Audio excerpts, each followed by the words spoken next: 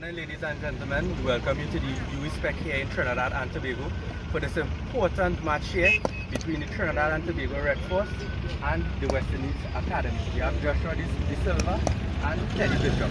So Teddy will be flipping the coin, and we also have, the match referee, Jonathan Lee. Here's the call. And Joshua De Silva has won the toss. So Joshua, what are you deciding to do? We're going to have a boat. Nice.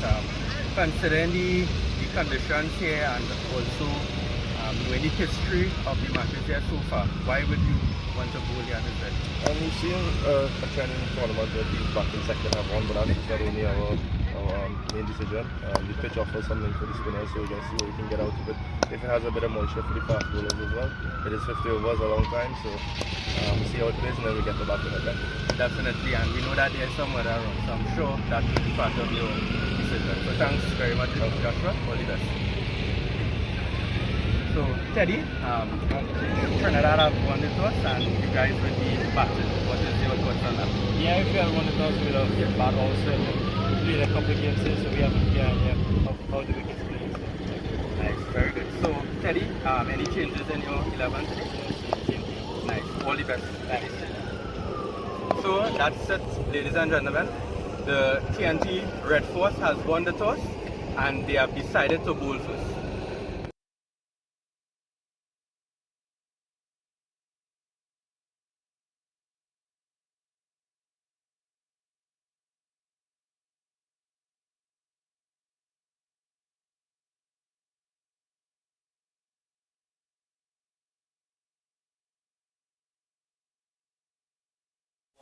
Hello and welcome viewers for the live coverage of the magical Super 50 West Indies Academy versus Trinidad and Tobago Red Force. I'm Daryl Williams, your host, with Adrian Barrett, who will be accompanying me in this morning's fixture. Thank you, Daryl. This is a very important match here at the UE Spec facility, the CG United Super 50 tournament. We are eagerly anticipating this clash. We see that the Trinidad and Tobago Red Force has won the toss and they have decided to field. So, Daryl, what's your thoughts on that? It's a very intriguing clash, as you mentioned. Some couple changes we see happening for both teams in this. We will run through the starting lineup. I'll go with the Trinidad and Tobago Red Force as follows. Joshua De Silva will be a captain. Kari Pay, Jed Gooley, Jason Mohammed, Tion Webster, Keon Otley, Yannick Karaya, Brian Charles, Anderson Phillips, Amir Django, Joshua De Silva. We see one major change. We see Shannon Gabriel coming into the squad for Terence Hines, who has taken up international T20 duty with the West Indies. Yes, certainly. So, the Trinidad and Tobago Red Force deciding to bowl. I believe that decision would be mainly due to the weather that is expected today. We are expected to have some really serious rainfall today, and the West Indies Academy 11 will be Carlton Bowen Tuckett, Rivaldo Clark, Teddy Bishop, Akeem Augusti, Andrew Rambaran, Joshua Bishop, Johan Lane, McKinney Clark, Zishan Motara, Jediah Blades, Reneko Smith, and Nima Bolden. So that's the starting lineup here for the West Indies Academy. I'm sorry, McKinney is not in the starting 11. So a very interesting tournament here so far. We see the umpires here going to start this clash, and it's good to see some cricket here this morning. So the West Indies Academy coming off their first win in their previous fixture. They will shake that off and gratefully accept another win here this morning, but they will have their work cut out for them, for this is a very well-oiled and seasoned Red Force outfit. It's cricket, lovely cricket here. It's a blue skies and gentle breeze at the picturesque UE Spec ground in St. Augustine. I'm alongside some a formidable man in the cricket fraternity, Mr. Adrian Boris Barrett. What are your most fondest memory of this ground? Well, actually, I scored my highest first-class score here against the Leeward Islands, 192 runs. Unfortunately, I missed out on my first double century, but nevertheless, it was good to score 192 runs in first-class cricket, and it still remains my highest score, even up to today. And it's a really good wicket when it's prepared well. At that time, it was the peak of the dry season, which is ideal for cricket in the Caribbean. So the weather not the same, and this time of the year, November. So at times you will get pitches that will go in favor of the bowling team because of the moisture, the rainfall, and the Red Force side. They are already deciding to go with spin here this morning. The likes of Carrie Pair would be starting from the northern end. And with no surprises here, because we know in the games gone by here, the 4 games, spin has really been the main asset in all these games. It had really caused a lot of devastation to the batsmen, especially that first game with the Trinidad and Tobago Red Force against the CCC. Yeah, so Trinidad decided to bowl first. We know that I believe mainly because of the weather, or if they get some early inroads, they could actually have the opportunity to bat pretty early if the academy team doesn't really put up a fight here. So it's going to be Carrie Pay to open. He'll be bowling to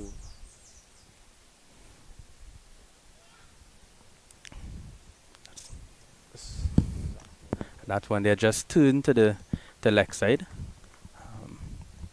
Obviously some spin already, this new ball. So we have grown used to this in white ball cricket. Spinners opening the bowling. Get back to this after this delivery. So stop. Oh, and that's well bowled there by Carrie Pierre. So in your time, Boris, did you manage to face a lot of spinners opening the bowling, or it was bare raw pace in your days? It was a bit more pace bowlers at that time.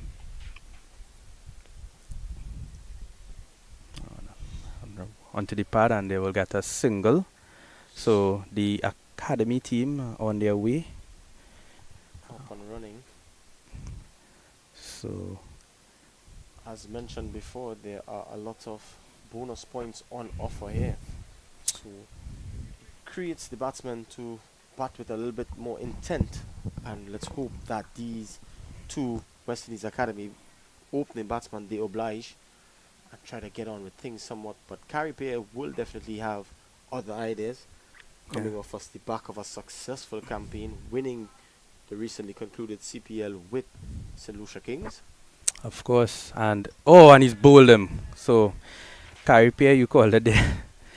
Continuing in that fashion, and he bowled Tuckett there, a first delivery, and see here.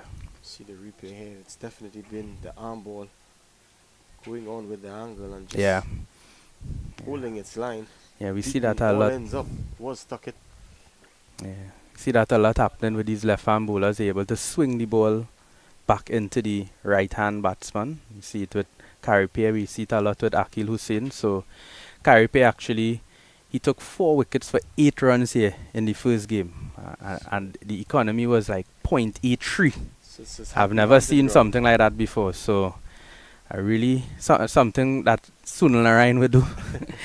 Sometimes you see those interesting economy rates with Sunil Narayan. So Carrie Payer here doing the same thing in his first game against the CCC, and now he's already took the early breakthrough. So it's going to be the young Bajan in Rivaldo Clark to make his way out to the crease. This is the first over, so a bit of nerves is definitely going to set in. You see a bit of aggressive fields placing at this point in time. You see a short leg being implemented. Amir Django is under the helmet here. So they are going all out here. So it's going to be Carrie Payer to continue. So let's bang on target again. So a good start here by the Trinidad and Tobago Red Force. Trying to pick up from where they left off, coming off of the defeat to the Leeward Island Hurricanes. So there's a bit shortish delivery and it's punched through the cover region. He's going to run close to the fence. The chase is on for Jason Mohammed. And he doesn't manage to win that one. So it's the first boundary of this innings. Rivaldo Clark pouncing on a loose delivery. This one is short outside the line of the off stump. And through the cover region for a much needed boundary. So that will settle some nerves a bit there. Yeah, that's a well played shot. At first it didn't look like it was going for 4, but surprisingly it had the legs on it to go to the offside boundary, and the score now is 5-1 after 1 over, and Anderson Phillip will be starting from the northern end, and he would bowl into Akeem Auguste. So we look forward to this matchup here. There's not much of a breeze. We had a bit of a breeze earlier on, so the conditions are changing as the game goes along, and we know that conditions usually have a very important impact on the game for the bowling team, especially when that change happens, because the batsmen always have to keep adjusting. They always need to be thinking on their feet. So this first delivery here, and one slip is in place, a third man and a backward square on the boundary.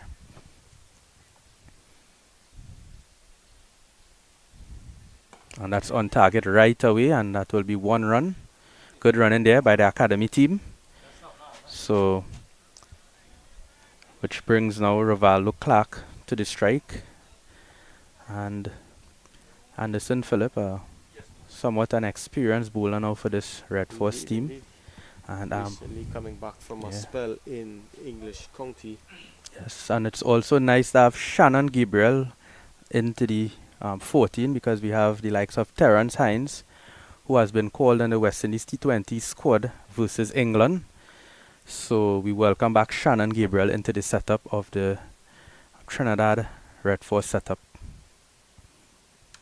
Let's cut down to third man. Should just be 1 run, but the academy team, recognizing the importance of running the first one hard in this form of the game. Joshua De Silva, he has brought a lot of experience, has really developed quickly as a test player and given a lot of leadership roles.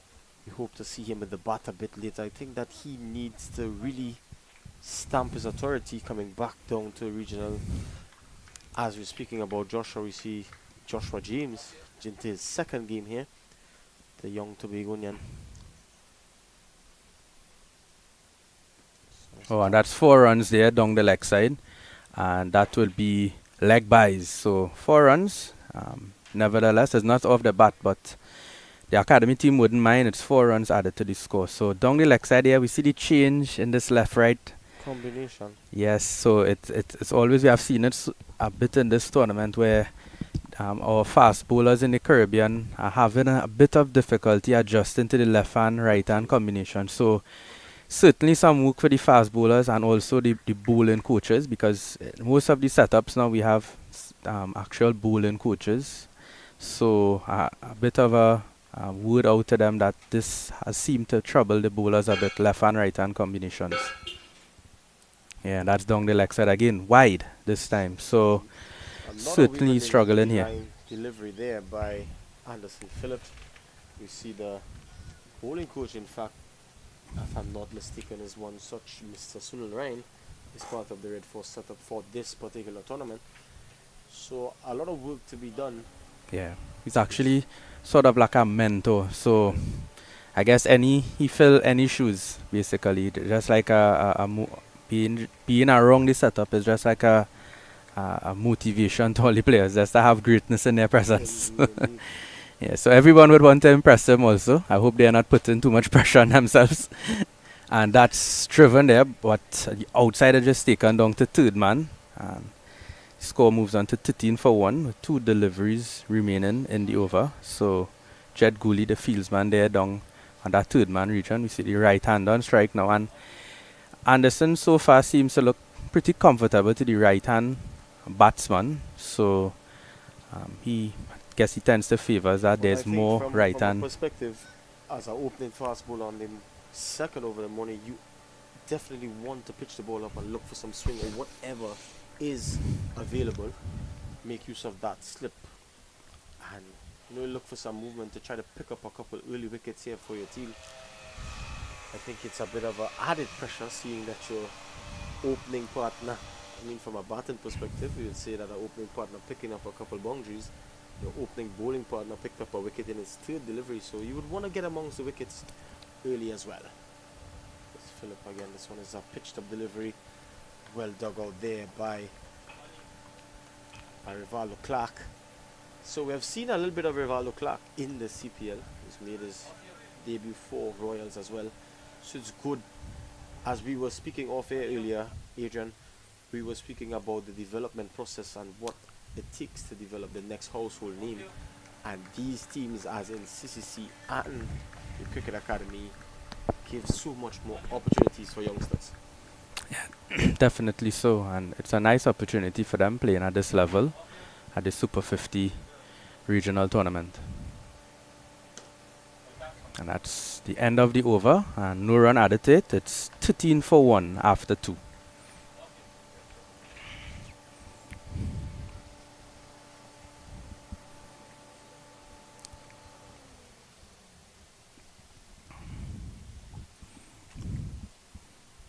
Carry Pierre here, continuing from this northern end.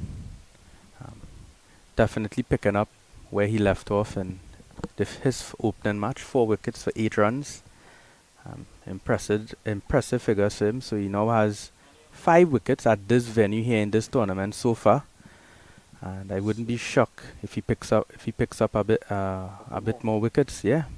Speaking about picking up wickets, I think that if any of our viewers can comment and say who managed to be Carrie Pierre's first T20 wicket, or victim I should say. You'd like to make a good guess, Mr. Barrett? That's just played to that short leg fielder there. That's Amir Django. So I'm not too sure. He had some class. The young man had some class. Goes by the name of Hitman. Rohit Sharma manages to be. Well, fielded there by the 38-year-old Jason Mohammed diving to his right. So really good, decent tournament for him so far. And that's played down to that third man region, just 1 run. So Jason Mohammed scoring 79 not out in their encounter against the Leeward Islands. Unfortunately, the Red Force, for them, that they lost that game, but really good batting by him. He would be happy with that score. It definitely lift his confidence as a batsman. Probably had played quite a number of games with Jason Mohammed. So it's going to be Carrie Pierre bowling to Aki Mogis and Rivaldo Clark. Probably had a lot of interactions with him because Aki Mogis was also part of that St. Lucia Kings outfit that won the CPL. So it's going to be Carrie Pierre in the midst of a very good spell here thus far. Oh, and that ball again just rushes on to the right hand batsman, angling into the pad. So that's well played there by Rivaldo Clark, keeping that front pad out of the way. It's so important as a right-hander to these opening left-hand bowlers who bowl in wrong the wicket, angling it in. And last ball of the over, and that's well played there by Rivaldo Clark. That's one run off the over, and it's 14 after 3. Just a question, again, as a right-hand batsman facing off to the left-hand orthodox, who predominantly leaves the right-handed batsman, we've seen cricket has changed over the years. That where we see that the arm ball is probably the more stock delivery rather than the. See the coach there, Mr. Riyad Emrit, probably having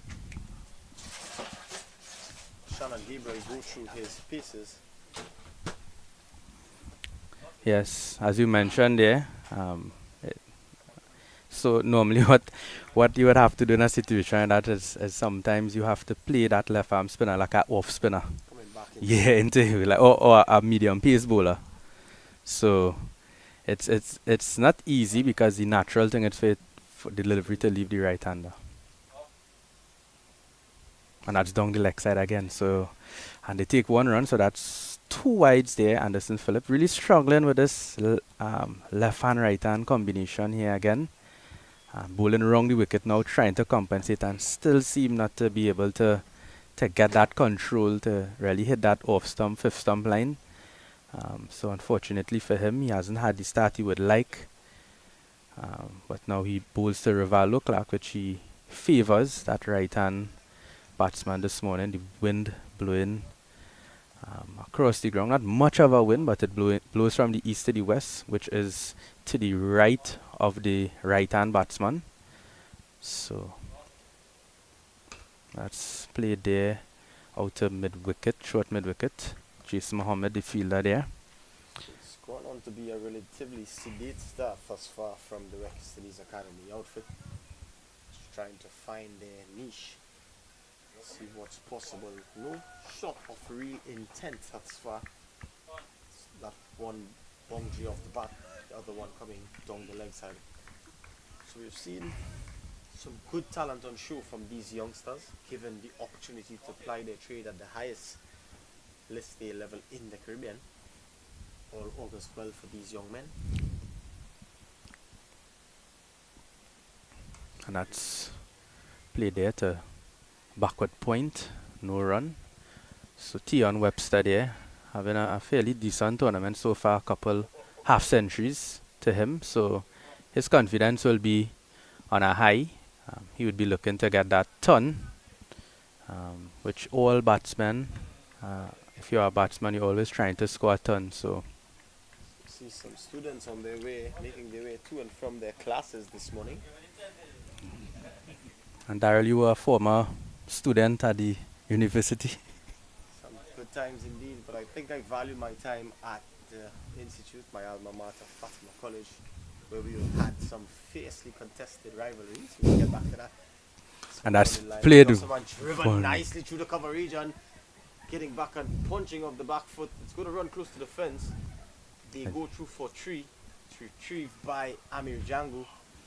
So You see the ground looks to be a bit on the heavy side with yeah, slight downpour we have had overnight, but a really good looking shot there. A little bit of you in that there, Mr. Morris. Getting back and punching nicely through the back. yeah, beautiful shot there by Rivaldo Clark. Nice to see these sort of shots. We know that this pitch normally this time of the year it's not the easiest to play through the line, so it's nice to see him going on the back foot there and playing that one through the covers. Great shot there by Rivaldo Clark. Better line there by Anderson Phillip. You see that it's coming in a bit. In all honesty, I think that the wicket, the first 4 overs, we're into the 4th over, it looks a bit tacky. You know that it's a little bit of uneven bounce. These two youngsters really trying to dig deep, and on all honesty, there's not much on offer for the seamers.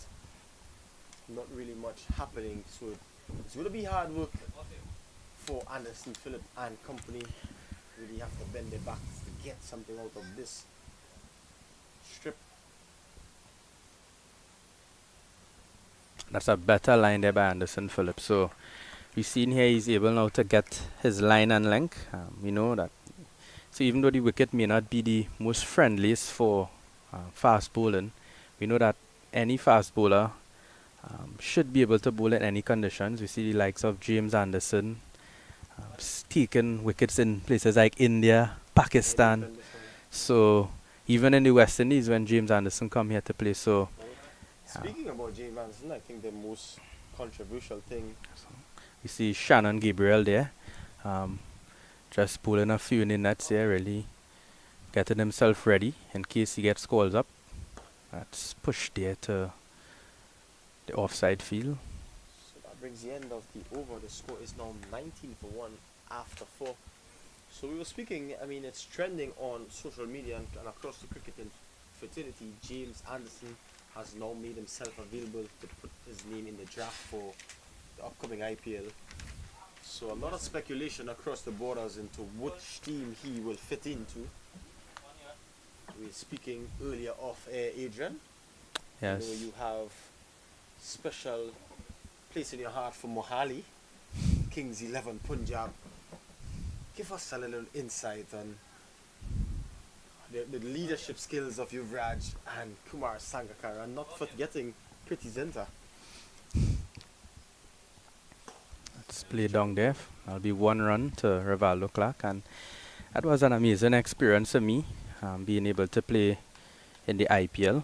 I was 20 years of age. It was really nice to be part of a team with so much stars like Kumar Sangakkara, Mahela Jaiwardena, as you mentioned, Priti Zinta. She was one of the owners. Sean Marsh, Brett Lee, Yuvraj Singh, as you mentioned. So a lot of experienced players in that team, and it was really good for me gaining that experience from that Kings 11 team. And that's driven there to the offside, but misfielded there by Carrier to his left, and that will be 1 run added to the total. So a good opportunity for me, and I'm pretty sure that all the guys today who plays at the highest level in the regional cricket or even for the West Indies team will also cherish the opportunity to play in the IPL.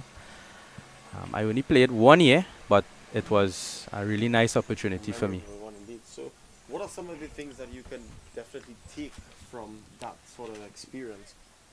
What were some of the words of wisdom? Because I think you were in the pinnacle of your career there, just coming off your 100 on debut. We will talk about that. And that's played there. Jis Mohammed, no run added to the score. So what was some of the words bestowed upon you, and also who was your closest mate in that setup at that point in time?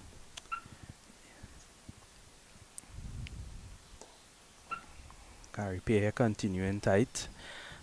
One of my good mates on that team, or even two, was Ravi Bopara and Brett Lee. So really good guy, Ravi Bopara and even Brett Lee. Really humble people. And that's the end of the over. 2 off of it. And the score is 21 for 1 after 5. So see Gary Pierre continuing to be his usual frugal self. Very good economy. You see that one was just a shorter, flatter delivery there. A little bit of variation coming into perspective there. So you see the academy team here. These young players, most of them here playing in this tournament here for the first time. So they are really enjoying the opportunity, as you mentioned, to play at the highest level in List A cricket in the Caribbean. And it's an opportunity that many players in the past didn't have. So it's a nice initiative by the Cricket West Indies to include the academy team. I remember the under 19 West Indies team were included in this tournament. I actually played in which would have been the KFC Cup back in 2000 probably 2010, or the West Indies 50 over tournament. So it was a really nice opportunity for these youngsters. Anderson again, we were relying down the line of Ericsson, but a brilliant take there by Joshua De Silva, diving to his right. Yeah, Anderson still not finding that line and length. You could actually see it as he's walking back to the mark. You know, he's really disappointed with himself, but it's a game where you have to learn quickly, we have to adjust quickly. And even while you're doing your warm-ups, and when you come to actually play the match, it's a different scenario. So a real mental game here, cricket, especially as a fast bowler, having to think on your feet. And down the line of the legs, I think this is where a bit of experience, you see the likes of probably Jason Mohammed coming to Anderson and putting a hand on his shoulder and probably offering some words of comfort, words of advice to say, here's what, buddy, you need to get this and get it together quickly. Yeah, you see Carrier playing that role there at mid-off. You know, Joshua De Silva, the captain, is wicket keeping. So sometimes the keeper may have to even leave his position and even just run down a bit to just have a word with him. But Keon Utley there at mid-off, Yannick Carrier, really trying to encourage him to get that line right. Again, down the leg stump again, but it's a good tip. So some minor adjustments need to take place here. We see the fine leg is now coming inside of the circle with the third man going out. So that's going to indicate that he's going to try to go full and wide outside the line of the off stump.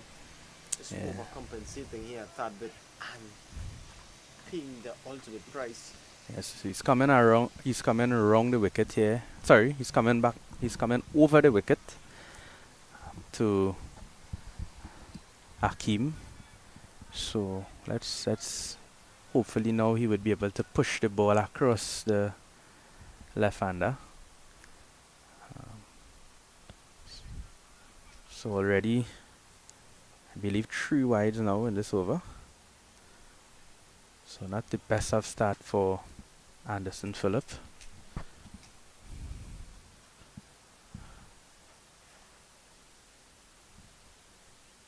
Not sure what the delay is, or I think there's a adjustment to be made with the side screen now, as he's coming now from over the wicket to the left-hander. So yeah, the side screen is not the biggest side screen in the world, so you will see during the match that the side screen needs to be moved around a bit because of the left hand, right hand batsman, and then also when the bowlers bowling from over the wicket, around the wicket, and even some bowlers, they bowl wide of the crease. That's a better delivery. Yeah, I think this is the angle he should be bowling from, because he was trying to compensate, as you mentioned, from around the wicket to the left-hander. So he's probably really looking to attack the pads. And in this situation, say, Daryl, you just need to concentrate. You want to impress, obviously want to impress the selectors, you want to impress the coach, everyone on the team, and sometimes you could sort of go off. Yeah, you could actually go off your own skill, because you're actually trying too hard. And that's better there by him. Yeah, pitching the ball up, that's what we want to see. Make the batsman drive. Ogis has looked a really competent young man from the little that I've seen of him, and he has been exposed to first-class cricket for quite some time. Looks compact, as we often say. I beg to differ, the left-handers look so elegant and classy indeed. A slight slouch over the bat, but it's important that these youngsters grasp each and every opportunity that come their way and ensure that they make most of the opportunities, rubbing shoulders with some of the more recognized players in the day. So it's going to be Phillip once more. And that's pushed down nicely straight to the backward point region. So we have 3 wides off this over so far. 3 legitimate deliveries. So it's a 6 ball over so far with 3 deliveries remaining. So very long, lengthy over. So Anderson Phillip here, the captain, really backing him here, supporting him, and it's always good to see sometimes the captain really sticking with these fast bowlers, because it's, you're not too sure after this spell if he will get anything back later in the game. So really trying to utilize this new ball here, Joshua De Silva. Oh, that's a good delivery there, and a bit of an outrageous shot here. Having a big heave by there. Ogis. A little bit agricultural. So unable to make any contact on that occasion.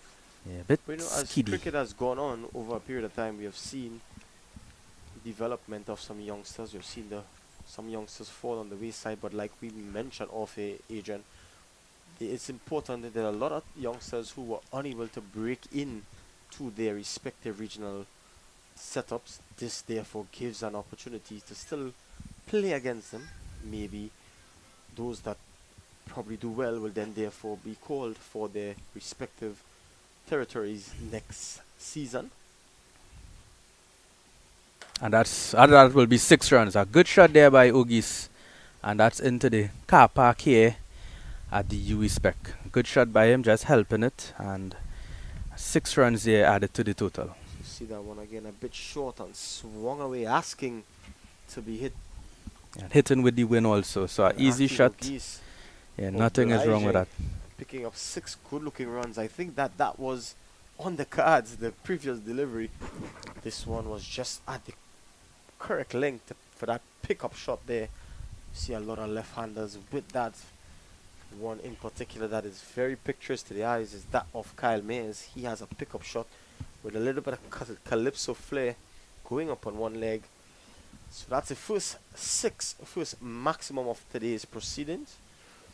You see some changes and looks to be in the reckoning at this time. You see Yannick Karaya just off screen marking his run up at this time.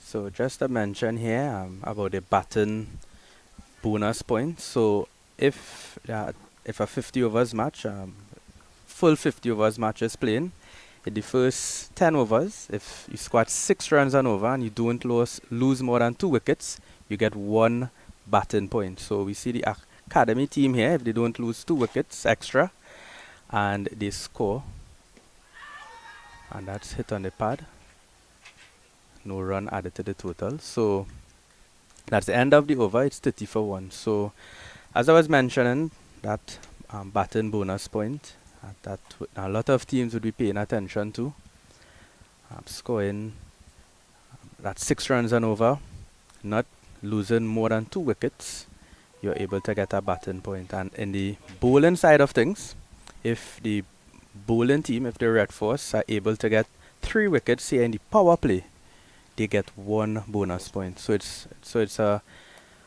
interesting development with this bonus point system. Concept of things, ensuring a good initiative here by the West Indies Cricket Board to ensure a little bit of positive cricket and ensuring the rotation of strength and the dot ball percentages. So it's a lot. It's left to be desired, and see how captains therefore maneuver themselves within this designated power play.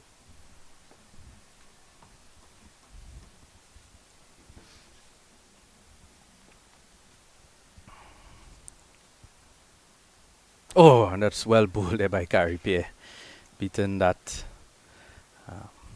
outside off stump line there, beating the bat. So Gary Pierre, Nagging line outside the line of the good delivery by him. certainty. And that's 4 runs there by Rivaldo Clark. Slug sweep, not the best of connections, but he was able to get it in the gap, and that's 4 runs to him. We've grown synonymous that a slog sweep is more behind square. This one actually going through the mid-wicket region, playing a bit early on that, luckily evading the mid-wicket fieldsman there and going into the vacant area to run away for 4 runs. So see that he's not looking to muck around. This one is tossed up and driving nicely is Rivaldo Clark. Just out to the long on fieldsman for a single. So we see the Trinidad Red Force team with a lot of bowling options. You see Joshua De Silva has the likes of Jason Mohammed, Jed Gooley, Yannick Karaya. A lot of these guys can not just manage to run their arms over, but pick up wickets. That's well bowled there by Gary Pierre, making his adjustment to the left and right hand batsman, bowling over the wicket to the left-hander. Really trying to extract. We see some rough already created there. Outside the line of the Outside the left-hander there. So some turn we already see from Gary Pierre, who has 1 delivery left in this over. 5 runs off of it. So somewhat of an expensive over for Gary Pierre. by his His standard.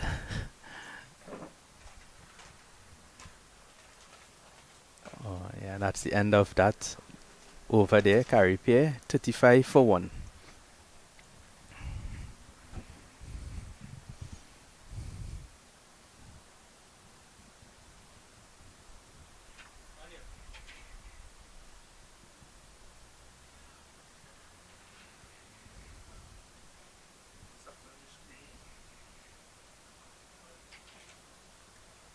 So there's a bowling change from the northern end.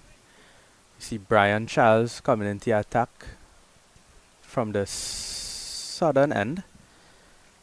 And he really experienced bowler already. He captains the 4-day team, the first class team for Trinidad and Tobago. So gets a lot of bounce and turn. He's always been in and around the wickets in the regional 4-day setup. For whatever reason, has been classed as a red ball player. He has done well. He has made his way all the way up to the West Indies team, were unable to break into the final 11 from the last concluded test series. Was also a part of the TKR setup as a replacement player, so a lot is going and buzzing for the young man. He's a genuine out and out off spinner. And the likes of your time would have been the likes of Ahmed Jagannath. Yes. Would have been the main squeeze that time. So it's going to be Charles. Oh, and It's that's a beautiful well first bowled. stop. Typical off spinner's delivery, bouncing it just out to the line of the off stump Yeah. and turning back in. So that's a very inviting start here for Charlo, as he's commonly called. Yes, really known for that bounce that he has, that nice tall off spinning action, traditional spinner, something like a Graham Swan. So he really gets up on that front foot, and that Maneuvering creates that away, extra almost bounce. like a ballet dancer. Yeah, really nice to look at him when he gets into that action. Oh, that's a quicker one right away. We'll cut off here by Joshua James. Joshua James into his second game for the Trinidad and Tobago Red Force. Had a very good showing in his first game and hit a couple sixes too. So Very good start for him. all-round player is Joshua J. Joshua James in his third game. Sorry about that, third game. He's had a very good season as well with FCB Clarkhill, your former club. It's well played there by Akeem. Brian Charles with favor ball into the left-handers, as all off-spinners like to. Ball moving away from them. And that's driven there, and will that be dropped short there to the long off fielder who was running around? Keon Utley there on that boundary. So bit of a fortune there for Bit Akeem. uppishly there. So, Adrian, I've always taken the opportunity to pick your brain on and off the field, or on and off broadcast. In all of your 40-odd first-class games or list day games, you've managed to get a 1 century. Oh, that's well bowled there by Brian Charles, and Do that's you the end remember of who the it was over. 2 against? runs off of it. That list day 100 actually, that was a ODI 100 Okay. against Sri Lanka. Okay. So they actually they also calculate the ODIs, and As a visitor. yes, they also calculated into the list A statistic as a batsman. So my first 1-day 100 actually came against Sri Lanka in Colombo. Just So the wicket in Colombo.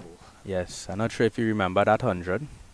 You know, you've been a teammate, you've been a good pal of mine. I've followed your cricket rigorously over the years. Oh, and that's Nice. well bowled there by Carrie Pierre, beating the off stump. But I think one in particular that we should definitely remember is the 100 in the Gabadong under.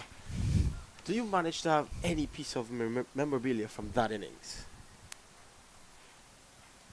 Oh, and he's bowled him.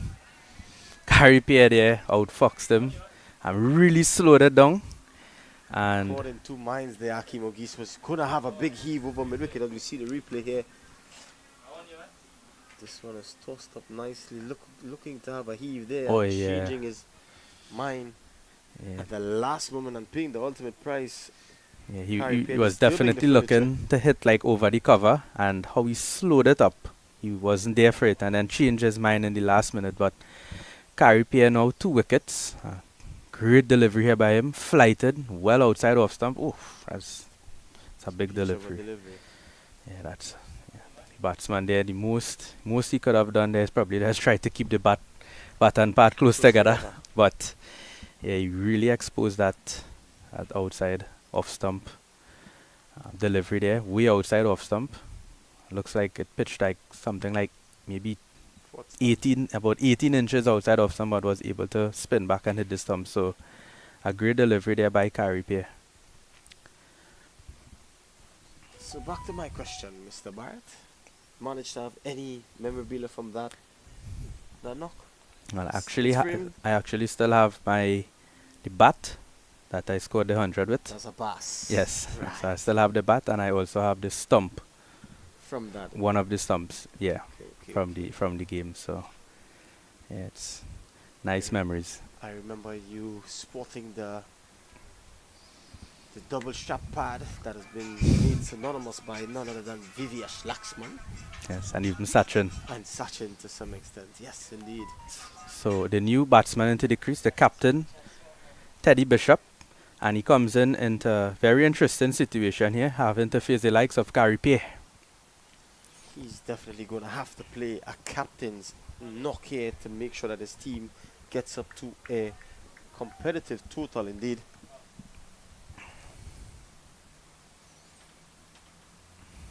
Oh, hitting the outside edge right away. So good signs for Carripier, not so much good signs for the academy batsman. But I think they need to put a little bit of thought process in this and add some impetus. Oh, and he's bowled him. Oh, LBW. Oh, it looks like from this angle here, it looked like he bowled him. What a really good delivery by Carripier. See that one jogging back again really nicely there. Really fortunate not to be dismissed there. Maybe the height or outside. On better play there by. Seeing good variation on show here by Carripier. He's not straight down a pipe, as they would say. Not afraid to toss the delivery up, give it some air, and invite the batsman.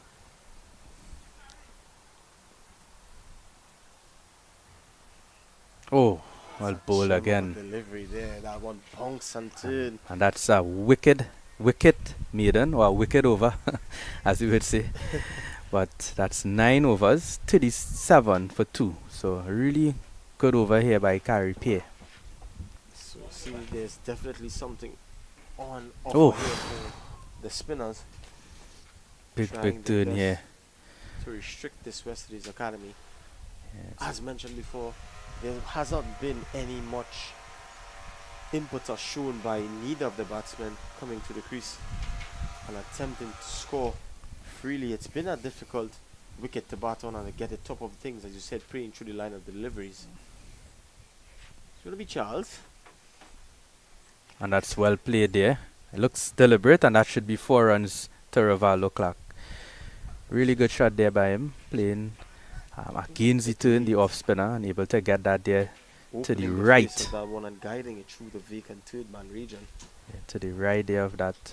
But a really good shot. So you For see him. the outfield itself look a bit sluggish in areas, but it's relatively fast in others. So it's definitely a mixed bag here this morning. Maybe Charles again. Oh, Quicker, flatter delivery. Oh, and it quick sneaks single past. here. And they get there comfortably. Sneaks past the fieldsman. So well played there by Clark. Was able to get the bat down in time, and that's always the tricky thing, because when you're batting on a spinning wicket, sometimes it's not a bad idea to play off the back foot, but then considering these fast kiddie deliveries, it could really catch you on the back foot. So it takes a bit of talent on the part of batsman, skill, to be able to play on a spinning wicket, and More to so be a able bit of to. patience as well. Yeah, it's not easy, but As the saying goes, when it's above the eye line, he managed to have a big heave. So this is Charles again. Good delivery, just turned into the onside there by Clark. Clark looks a bit similar to that of Shakil Paris. There's still similarities in the height and the mannerisms in which they go about themselves. oh, well bowled there. Fuller delivery there by Charles. He's unable Yes. to get it off the square is Clark. Teddy Bishop, a very nice driver of the ball. And he plays that one down to the long on boundary. Good shot by him. Gets off the mark. And there's one delivery left. 6 runs off the over. The Academy now 43 for 2. Let's see. And that's the end of the 10th over. It's 43 for 2.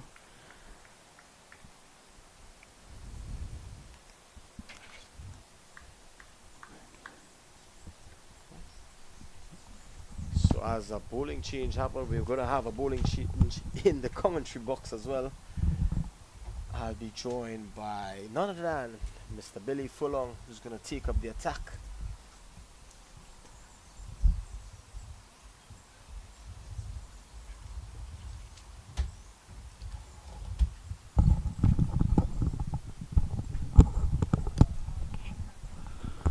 Good morning to you, Daryl. Good morning, Trinidad and Tobago, wherever you are. From a very humid UWI U-Respect facility, Sir Frank World Ground. 43 for 2 after 10. What you make of it, Daryl? It's a very intriguing passage of play. We've seen a bit of up and down. It's not the easiest wicket to bat on, and Carey Pear has continued to be his frugal self. It's going to be Pear to continue. This one is shorter, flatter delivery, getting back. And what's your take on the intent of these young batsmen? They look pretty compact, getting behind the line of delivery. So, another gem of a delivery. They bounce and turn. A lot on offer here for Carey Pear, indeed, Mr. Furlong. Yeah, we've seen after Carey Pear was struck for that slog sweep, he certainly pegged his length back a bit, extracting more turn out of the pitch. And Mr. Bishop has seen a few past his outside edge, turning the bat face on this occasion. But we've seen him slow it up, pull that length back a bit, and extract a lot of turn. We've also seen he's bowled one that went straight on and allowed appeal. Some good variation on show, indeed. Full mixed bag of tricks, and it's going to be Carey Pear to continue. And after a short spell from Anderson Phillip, Brian Charles has been on at the other end, and he's been able to get some drift off the outside edge at times, go past the outside edge in fact. Got a few runs past the first slip, so it's been a spin attack after 6 overs. And as mentioned before, they have a lot in their repertoire. There's a lot more spinners available to Joshua De Silva.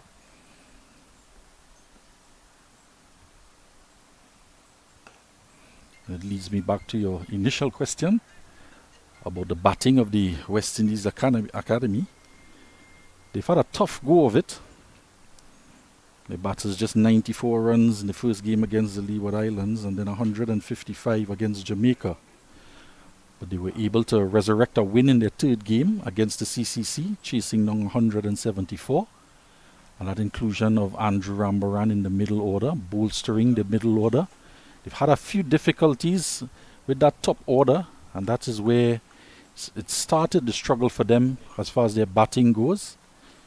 Young Jagassar originally. They were well, but have changed a lot of opening pairs as well, because we've seen the likes of the Trinidadian youngster in Justin Jagassar just playing the one game up front, 2 games in fact, and didn't get any score of significance.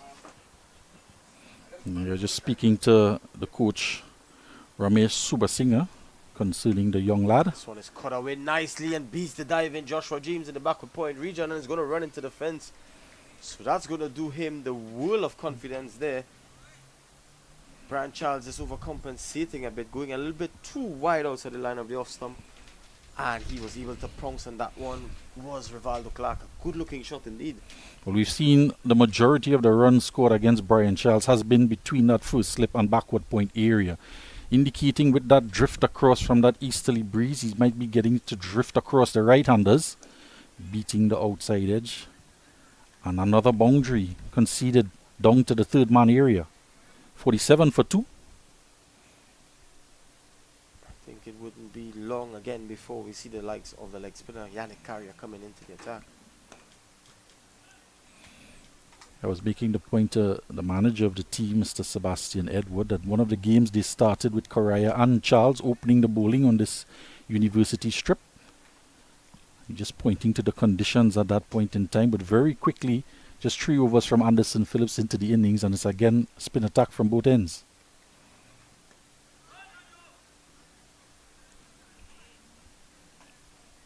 And Joshua James has been very busy at that point area all morning. We would see him in the attack as well very shortly. You know, he has a very good variety. And he's playing off to the offside, and there's no run. And there's James there just taking a knee, looking like he's stretching a bit, perhaps. Probably hear me in the stump mic. Driving and driving into the vacant coverage, and they go through for a single. I know when I shared the mic just now with Mr. Barrett, we had some very intriguing conversations, and you know, we were discussing cricket as so. This will take an opportunity for the first drinks break. It's now 48 for 2. We'll have a drink and we'll be right back.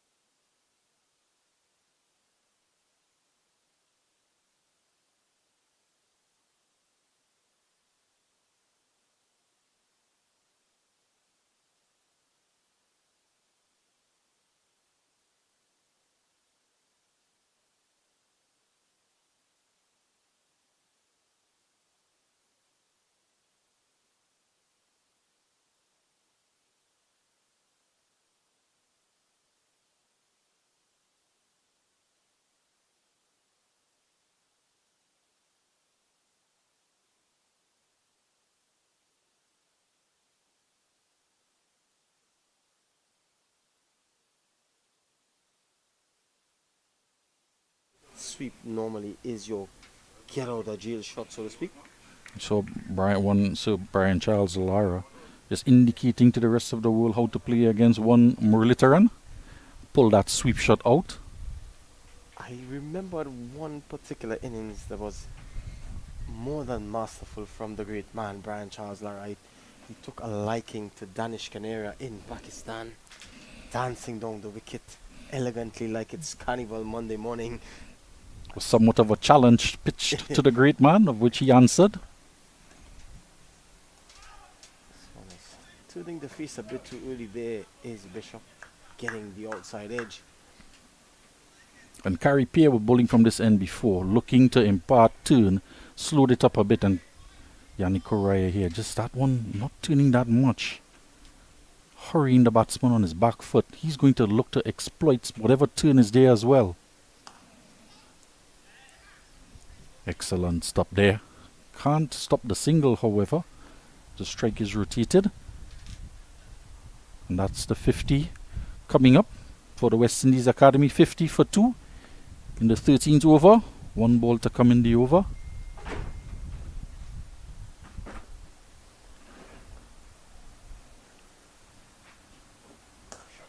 One is swung away, a lovely looking shot there, and picking up 4 good looking runs. So Rivaldo Clark just adding a bit of impetus here at the UE Spec ground. It's 2 good looking shots indeed. So that's a pretty expensive over by the looks of things. Well, in that over there, Clark looked to show his wares. It's the second time he's played the shot off of Correa, pulling it into the onside. This time getting it well forward of square through a vacant mid-wicket area. Not looking to keep it down whatsoever. And anything that is angled into that middle stump, maybe middle and leg from the leg spinner, because that's the line he's looking to pitch it in. A wrong middle stump to get it to turn across the right-hander. And on that occasion there, Clark was equal to the task. He's on to 30 from 35 deliveries. And he's looking to accelerate somewhat, add some impetus into this innings. But it's always an interesting and an inviting thing for the bowler. He's still playing across the line of the delivery, so he will fancy his chances. This one is staying a bit low, and they just turned it into the onside for a comfortable single. As was mentioning before, Mr. Furlong, I know I managed to pick the brain of my compatriots now and again.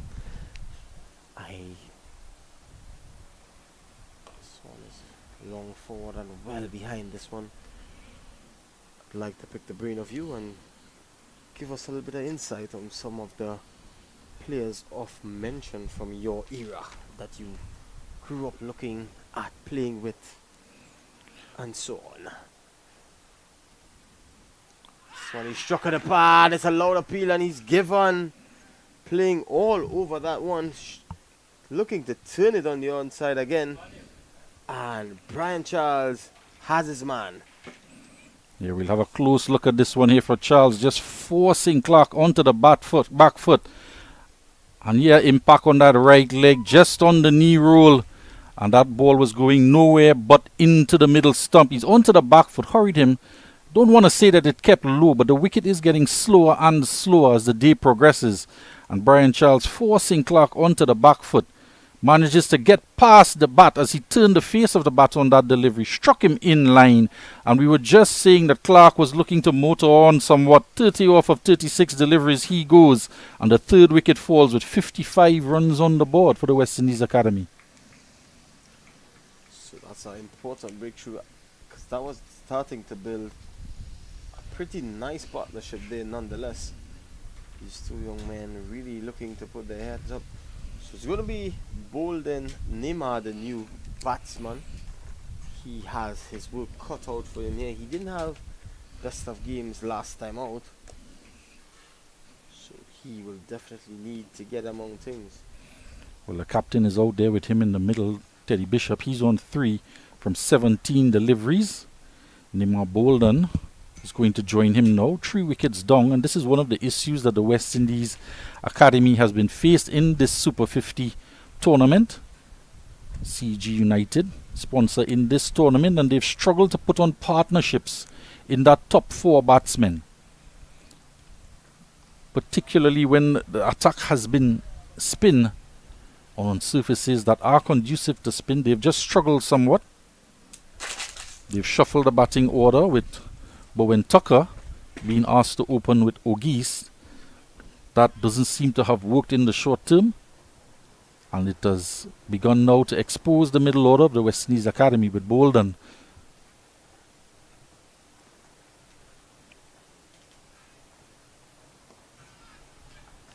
See another left-hander coming in here, so there's a lot of variety in the top 5 in this batting lineup. Swanee shook on the pad, half-hearted appeal nonetheless. So Charles spinning a web here at this point in time.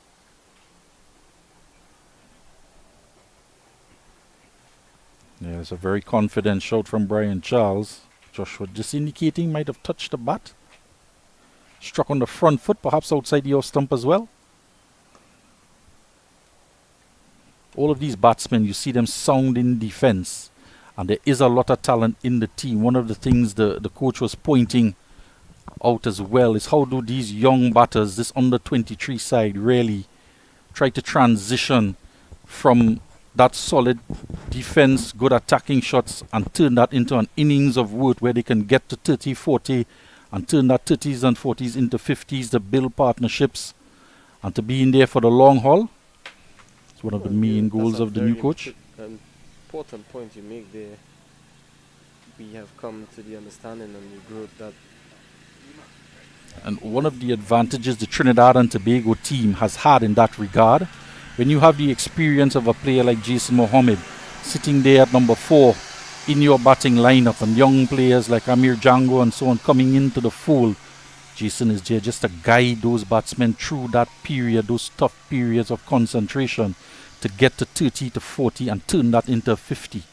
So Trinidad has had the advantage of Jason Mohammed and his experience.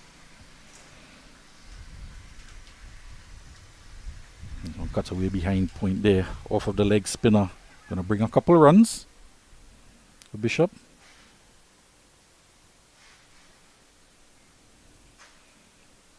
Carrier trying to work out his line here to the right hand batsman.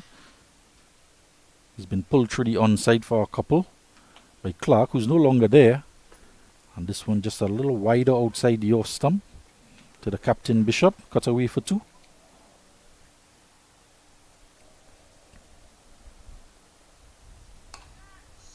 Driving nicely, beats the diving Django in the short extra cover region. They go through for a single.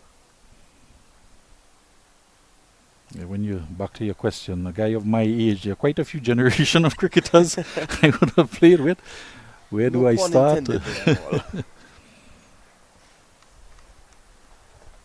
Pointing out to Barrett, when I started, young Lara was playing for Fatima at that time. He was the captain of the West Indies under 19. And my first glimpse of him was when he came back from a West Indies under 19 World Cup in Australia to play in the Sagaris tournament against Queen's Royal College.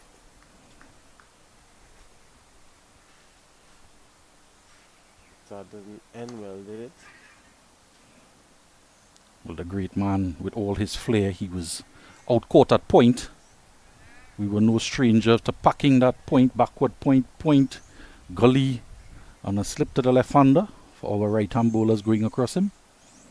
And he was obliged to put it straight into the hands of one Nigel Francis. Nigel Francis, the news theory senior journalist. Yep, Nigel Francis went on to play for Trinidad and Tobago, opening fast bowler. I was under Fatima, and that tournament in Fatima was under the captaincy of one Kirk Nuwalo. Good morning to you, Mr. Nuwalo. A chance on offer here. Turning into the onside off of Carey Peer. 2 Carey Peer rather off of Yannick Correa. Uppishly. 58 for 3 in the 15th over. Bolden just on the back foot pushing Uppishly to a straight mid wicket.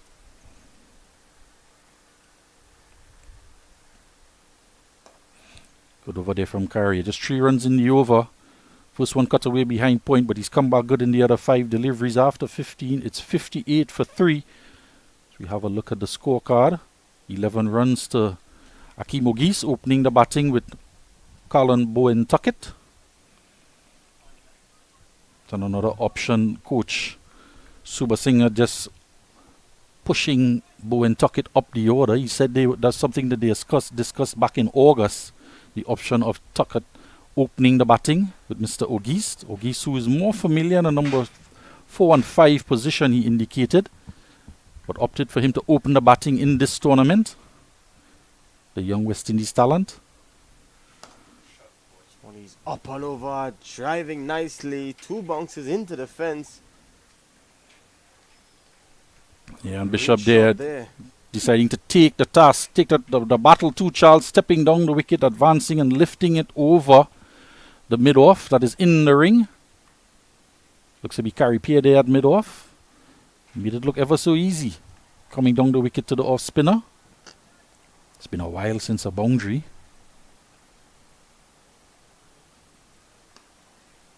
Good comeback delivery there. Bang on target to lead. Bishop would just want to be careful there. He played that off the back foot, really not fully forward. Neither was he all the way back, and just an idea. It's pushed out into the offside. They go through for a quick single.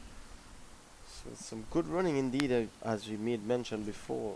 Youth on their side definitely will take advantage of that. You just have to be a little bit careful onto that back foot to the off spinner. Rivaldo Clark learned that the hard way, playing backwards, struck on the pad, giving out LBW for 30. Just when he seemed to be getting going.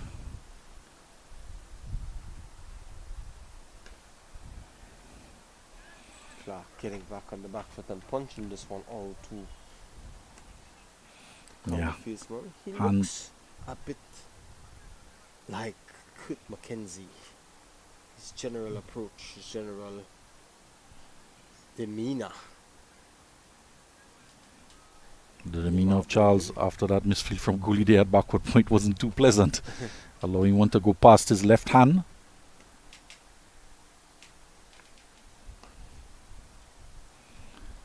See many congratulations going out to the Windies senior team for a hard-fought series victory yesterday. Some good performances coming to hand. So hope all augurs well leading into the much anticipated T20 series. Some good performances indeed yesterday, right? Yeah, at the end of the 16th over, 64 for 3, and what a refreshing win it was for West Indies in terms of the top order. Both hundreds to King and Carty as well, his maiden 100 for the West Indies team. Congratulations to him. And what a 100 it was from both batters. See the strength and conditioning coach there with one Mr. Shannon Gabriel having some discussion after his session. They say that fence will have to do its job there. Big guy indeed. So Shannon Gabriel take a catch off of his own bowling here against the CCC for Trinidad and Tobago. And what a catch it was, diving away to his right, low down, picking up a catch off his own bowling. This one he's getting back and punching nicely, beats the diving backward point fieldsman, is going to run into the fence. Very Mackenzie-like shot there, cutting past backward point there, beating the outstretched hands of Gooley again to his right this time, into the boundary, takes the score up to 68 for 3 as Bolden gets going. So I think the talking point outside of the victory managed to be the outburst that of Alzari Joseph. If I remember, and hearing stories well, get back to that after this delivery. Hearing stories and growing up in a cricketing home, I remember fondly being told, almost it's long before my time, where the great man Viv Richards sent off Richard Gabriel for a similar like incident. The first thing that sprung to mind when I saw that incident was and I'm currently reading the book by Brian Charles Lowry's autobiography about his England Chronicles.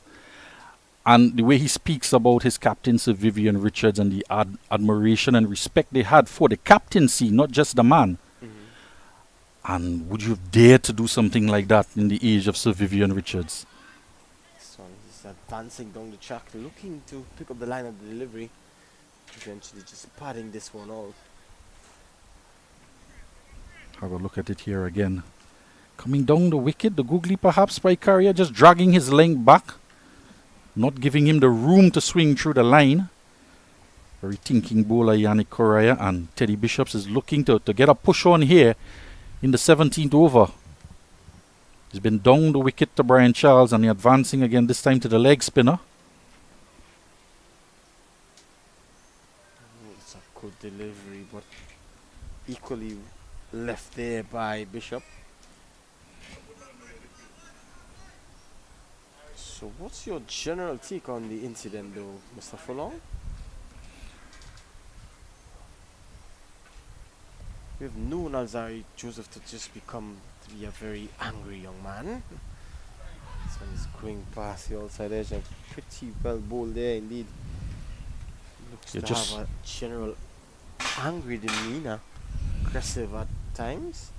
It's not been a bad over from Carrier, despite the first delivery going for 4. It's been a good comeback in it, beating the outside edge, outside the off stump. He's pushed the line just fractionally on the off stump, outside of the off stump, getting it to spin away, and there is some turn there for him outside that off stump. And so good battle ensuing here with Bishop looking to attack him.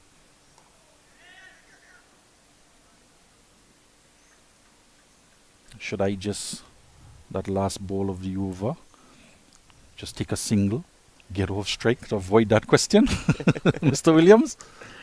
70 for 3 after 17. Bishop on 12. Rivaldo Clark going for 30. Carrier 2 for 12. Brian Charles 1 for 20. Anderson Phillip just the 3 overs from him. Fell away in his last over. He's been struggling with some wide deliveries down the leg side to the left-hander. And we're playing in that strip more closer to the middle of the square.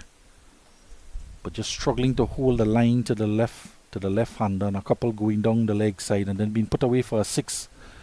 The penultimate ball of his spell. Just been taken off by Captain It's going to be a Silva. bowling change from the southern end. It's going to be Chaser Mohammed to pick up the attack. The man that is synonymously known for his golden arm activities. He picks up a wicket very early in the spell. I saw him limbering up in the previous over, and I was just wondering. Jed Gooley is there as well, but Jason Mohammed does have a very good control on his off-spin deliveries. I'm just looking to squeeze the West Indies Academy here. Perhaps just wanting to use another off-spinner from that end. Going for the experience of Jason Mohammed. I think in one of the previous games, Jed Gooley actually opened the bowling. Picked up a couple of good wickets. That of Alec Attorneys. This one is driving and driving nicely is Bishop. Just out to the long fieldsman. Yeah, I put the question to Mr. Edward, the manager of the Trinidad team, just asking him, on that occasion they opened with 2 spinners.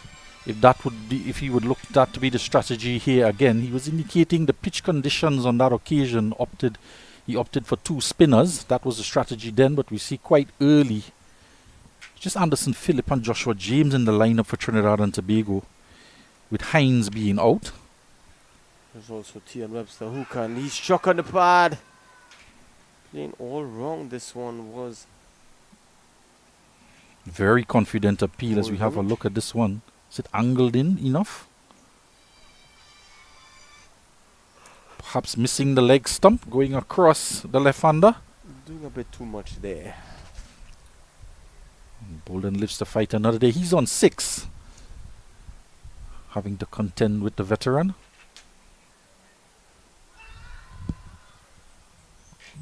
Half shout.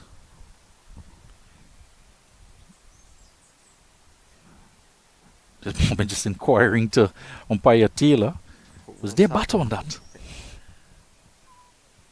Was he playing a shot? I think as a bowler in general, you always have some few words for the umpire, but more so not more so than a part-timer who's trying Particularly to, so. to tell the captain, here's what, here I am, I'm delivering for you.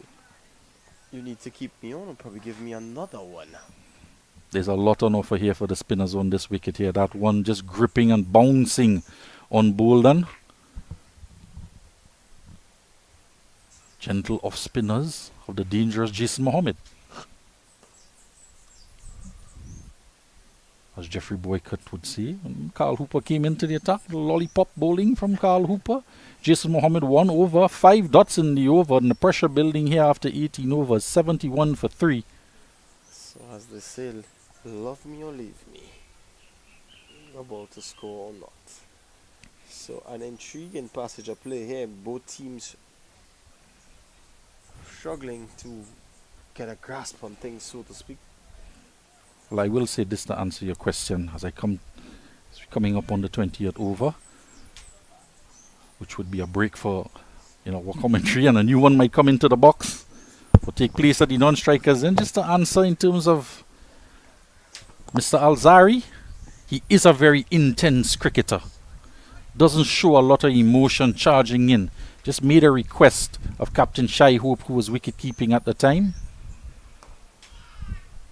Correa continuing. Just made a request to remove the third man. I think put him at backward point instead. And there were 2 slips in position. And Shai Hope indicated he wasn't going to do it. He would rather have the third man with the line and length that Alzari. He was bowling very well indeed.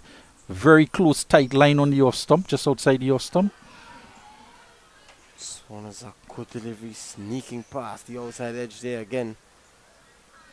Teddy Bishop almost as if he's batting with a tire or hula hoop here. He's playing all around this one and is not managing to make contact to the bat at all. Such a good delivery from Correa. He's building pressure here. This one is up in the air and safely taken there by carry play. So that inaudacious shot there, pressure building. Teddy Bishop bogged down a bit. This one tossed up nicely and having a big heave, not in position, head in the air and paying the ultimate price, a soft dismissal in the end.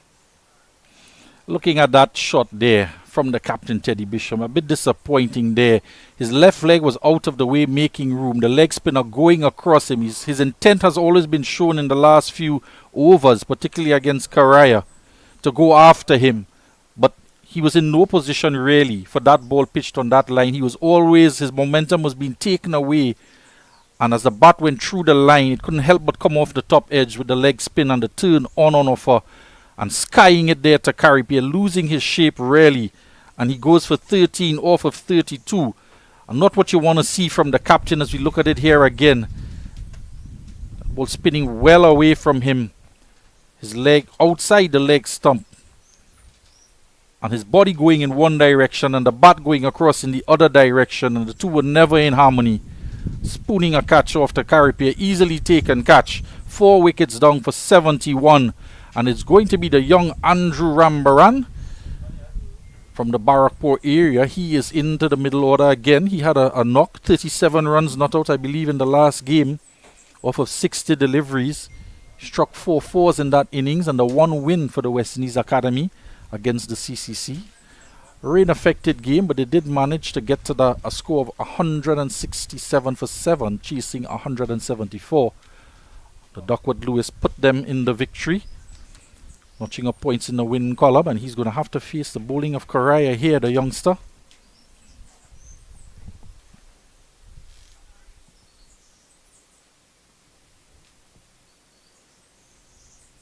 This one is bang on target. Rambaran has really shown some good temperament last time out, really playing the situation to his best of his ability. Was bogged down a bit, but stuck it out and ensure he saw his team over the line. The young man that plied his trade with the Mary Boys outfit this year. Scoring 91 runs in his first on debut for Mary Boys, saving them against Clark Road. Excellent start for the youngster in that game. So we have grown used to seeing him play the shot, but to no avail, no success at all in his last innings, sweeping and missing 9 out of 10 times. I think it's a bit too early to play that shot. This one just sliding. Macaria, just a googly delivery there going across the left-hander. We do see leg spinners against left-hand batters bowl a lot of googlies to them. Perhaps just to negate that sweep shot. It's the end of the over. 19 gone, 4 for 71. I've seen quite a lot of the youngster Andrew Rambaran over the years in youth cricket, playing for Hillview Boys, then as well playing for Vishnu Boys this past year gone by. And he's been very much in the framework, in the eye lines of the West Indies selectors at the youth level. He's also been a West Indies under 15 captain. There was a co-captaincy at one point. He shared co-captaincy with a young Justin Jagisar, who is in the squad for the West Indies Academy. There were two captains that went on a tour to England at the under 15 level. Jagisar notching up 150 in one of the outings there. And Rambaran want to showcase his wares here. It's going to be bold and facing up. As Mohammed continues, he built pressure on that end, Mohammed. And that pressure mounted on Bishop, and he went after Koraya thinking that was a 4-ball and he could get some runs. So a very good job from Jason Mohammed at the opposite end as he continues. This one is down the leg side. Just tuned into the onside there by Bolden. Just looked pretty compact in his time. He's gone up to 7 from some 16 deliveries. But by the looks of things, I think that this West Indies Academy team batting lineup looks to be a tad bit short in terms of out-and-out batsmen. And if you look at it, it's a bunch of all-rounders to come in the likes of Joshua Bishop and Motara and so on. Lane played a very important part in that victory last time out. Shotgun, runner ball kind of guy. So here's Mohammed again. This one Very interesting. Rambaran, yet to get off the mark. Very interesting to note that Johan Lane was playing that last game with a bit of a split in the webbing on his right hand. Still able to get amongst the run and bowl his spell of overs.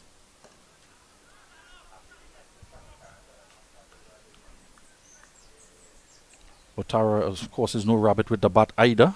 He has got a 50 playing for the CCC in the 4-day tournament. Not to mention a couple 5-wicket hauls as well.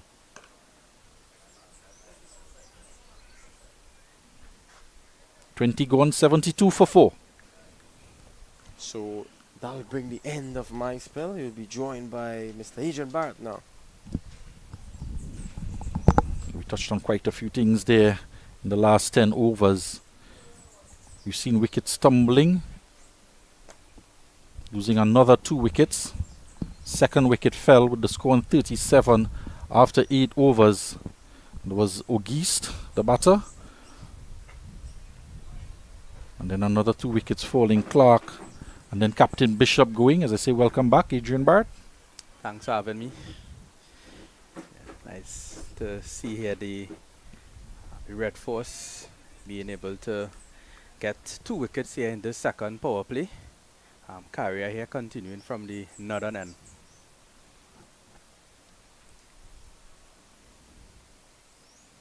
I just push down there to chase Mobile and mid-off, and the academy team, they would be looking to fight back here in this period of the game. It's not all lost here for them. 4 wickets down, a bit of a consolidation period here for them. They would need to bat deep into this innings to be able to have any chance of really putting up a competitive score on the board.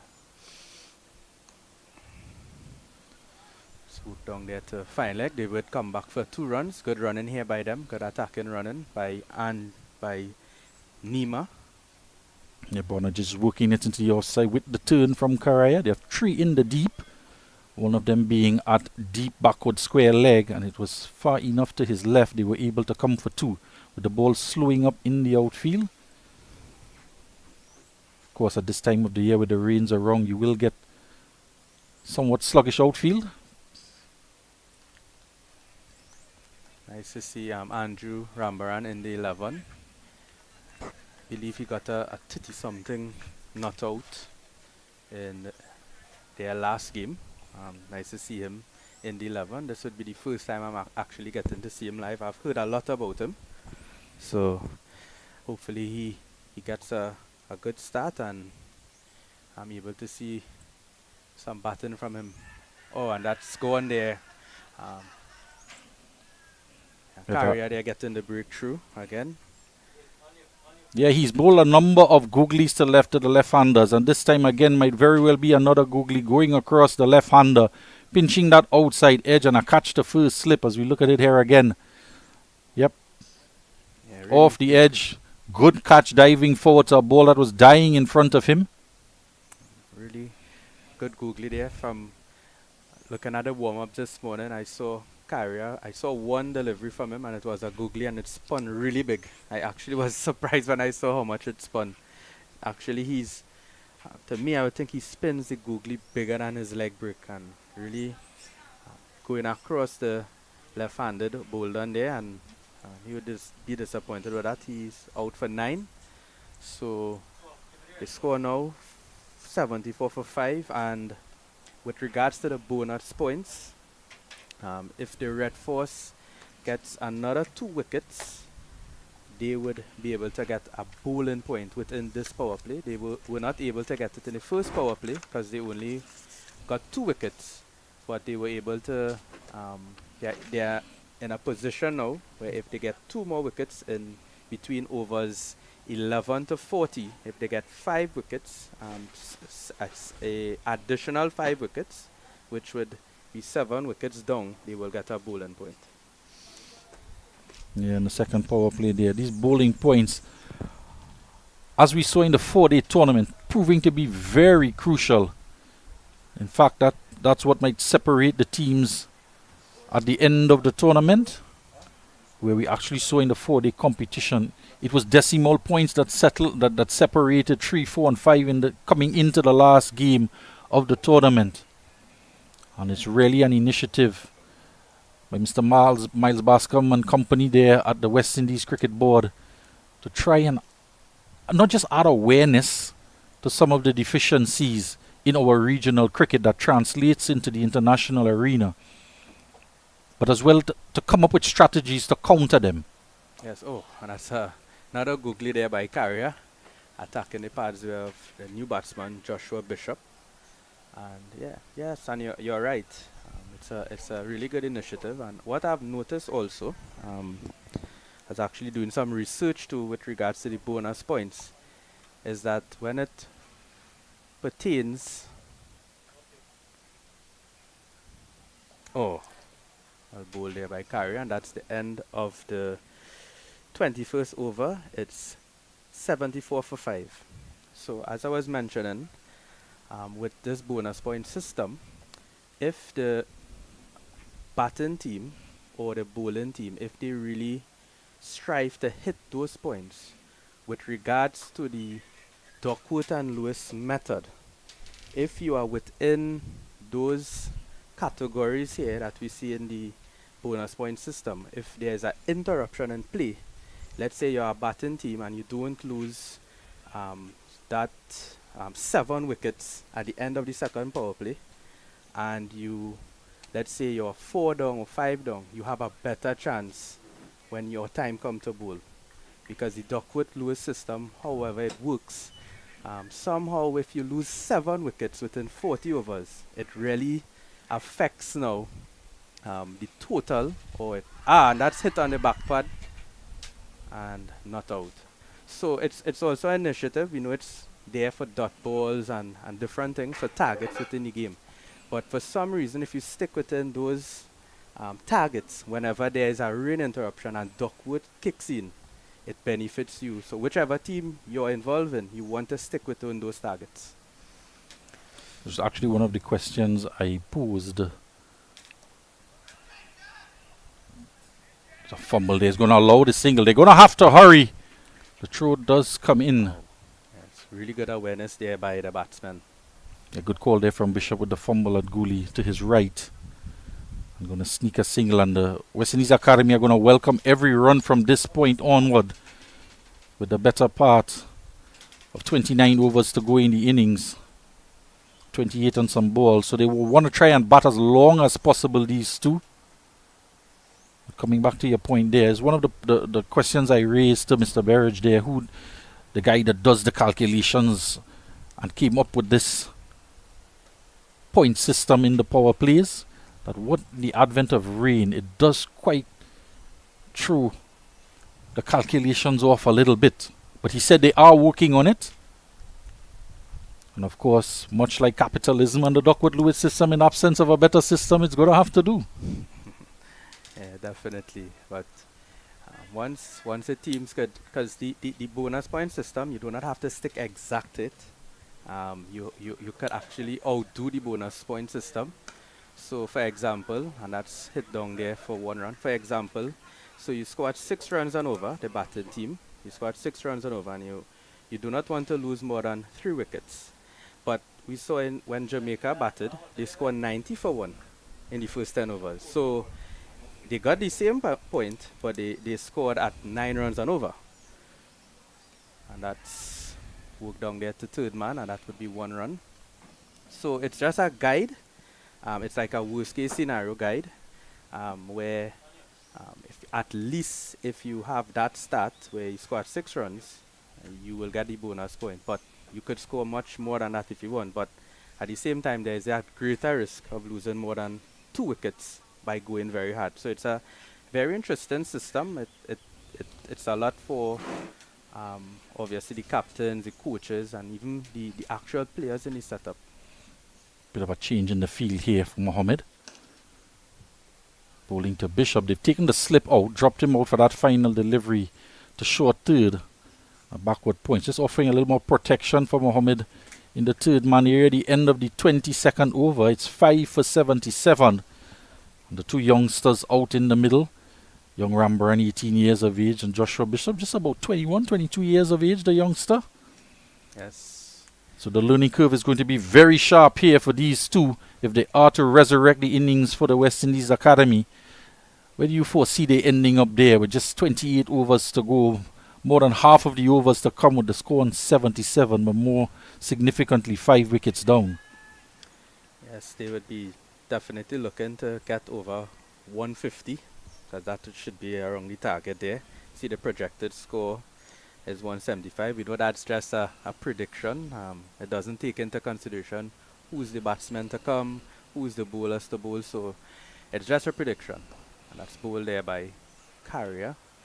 And the spinners have shown that there's a lot of purchase on this wicket. So chasing any target over 150 going to require some effort on this surface. Oh yes, definitely so. But there's that opportunity, and that's well played there to the backward point region. But there's that opportunity where the batsmen have that they don't have that pressure on them now to really come out and play hard when they score in a low total. So the Red Force team would enjoy the leisure of not having to come and blast the bowling around.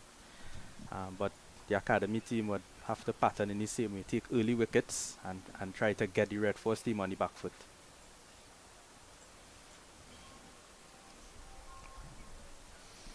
So wide delivery there to Carrier.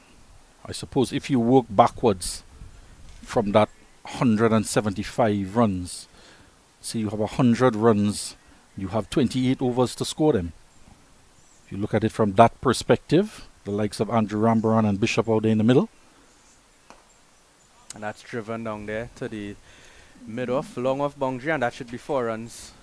First 4 coming up, yeah. First 4 of the innings for Rambaran. Takes his total to 6. I know his fans around the area. He lives very close by and they'll be watching. He's punched that one back leg in the air, swan-like, gets it past mid-off. Raced into that boundary. There is protection in Gouliad long on, but such was the timing on that shot that it beat both Guli and Mohammed into the long off boundary. So that will bring some confidence to the youth. And as I said, looking at 100 runs in 28 overs is very much gettable. Yes, and a really nice shot there by Rambaran, not trying to overhit it. Makes it look so easy. The wicket has some spin on it, and a good batsman would make any pitch. And that's played there to backward point. Carrier, not a big turn of the leg spinner, but he has that ability to really spin that googly, and he also has the ability to really get that straight one to run into the pad. So bowling from this angle, that first slip would really come into play. And that's it over the top there, and it would only be 2 runs there to Rambaran, just hitting it over cover, not a big intent to hit it all the way, but just timed it. A bit of a heavy outfield here now at the UE Spec with all the rain that we had over the past couple of days. Yeah, the flight there from Karaya. And Rambaran using his feet just shuffles a little bit down the wicket, got to the pitch, lifted over the head of the extra cover fielder in that of Django. Not quite timed, but was just looking to get it over the infield for a couple. And that swept there. We'll have to see if he made contact, but good fielding there by that. And Brian Charles there, Yeah. running it down from slip. Buys is the indication from the umpire. The end of the 23rd over, 85 for 5. Correa 2 for 24 in his 6 overs. Just going for about 4 runs an over or so. And I was looking at that from that point of view, calculating backwards for the last 5 wickets. You're looking at trying to get 100 runs in 27 overs or so. And it's just about 3 runs on over or so, and it's very much gettable, provided that they can keep their wicket intact. And of course, Andrew Rambaran is no stranger to this UE facility. He lives around the corner from here, and he would have played on these grounds in the area. He would be accustomed to the weather patterns, the pace of the wicket, different types of surfaces here in Trinidad and St. Augustine. He played for the East Zone, under 19, under 17, under 15 as well. So he'll be quite familiar with conditions. And he's looking to use all of his knowledge of the area to help his team to a good total here. It's going to be Jason Mohammed to continue. So Rambaran drives over the top and wouldn't go all the way to the boundary, would be 2 runs to him. We'll feel it there by Anderson, cutting it off. And again, a slight shuffle down the wicket, lifting it over, showing that he has the confidence enough to go in the air to beat the infield. yes, well played to him. A deliberate shot by him, just hitting it over the infield. So good looking batsman here. And an added incentive for the youngster would be he was not included in that West Indies academy team that went on tour to Ireland. And in fact, he wasn't given one of those central contracts for the team. But he's fought his way back into the squad. And he's here on show, the Trinidad and Tobago 2024 Youth Cricketer of the Year. Congratulations to him. That's well played out there to long on for 1 run. It's always nice to hear players coming through the ranks. As you mentioned, he played under 15, under 19, and seeing him continue his development, playing here at this CG Insurance Super50 tournament. A really nice opportunity for him now to put his name on the map in this List A form of the game. So I'm really sure he'll be looking to make use of this opportunity. Oh, almost had him there. Yeah, half Jason Mohammed. chance. You could see as well the wicket, the ball is not coming through. It's going to get slower and slower as the day progresses. And off of the back foot, he was almost through the shot, causing him to raise it ever so slightly in the air past the bowler. Jason Mohammed is into his 4th over and just 9 runs from him. Yes, and as you mentioned, Jason is normally a very slow bowler if you look at his action. So sometimes as a batsman, it could really throw you off because you're really anticipating the ball to come onto the bat, and with the slow nature of this pitch and also his slow action, it could really call on patience. See how slow he's really flighting it, and yeah, it could be a challenge sometimes, but Rambaran would be familiar with Jason Mohammed playing against him in the circuits in club cricket and even at the national level when there's trials and so on. Is it the older you get, the slower you move, Adrian? Yeah, I think Jason has, I think as long as I knew Jason, that is the same way Jason has been. In fact, he scored hundreds at a faster rate the older he's gotten in all formats of the game. 24 overs gone. It's going to be a drinks break here. 89 for 5 and somewhat of a recovery by the West Indies Academy as they try to build back an innings here. And it's Andrew Rambaran not out on 11 off of 20 deliveries. He is joined out in the middle with Joshua Bishop, who's just got going. He's on 2 from 6. And the bowling has been quite tight. As we take a drinks break here, Adrian. We'll be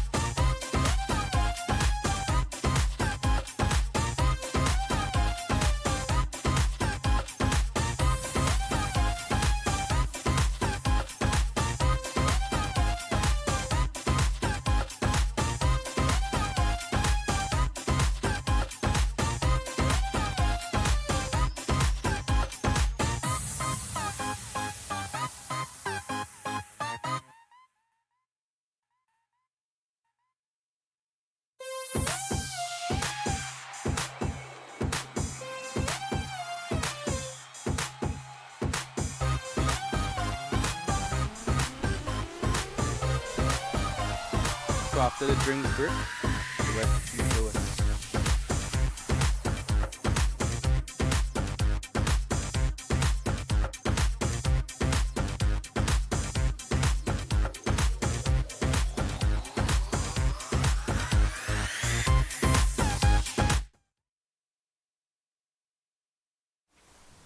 So after the drinks break, the West Indies Academy are 89 for 5 after 24 overs.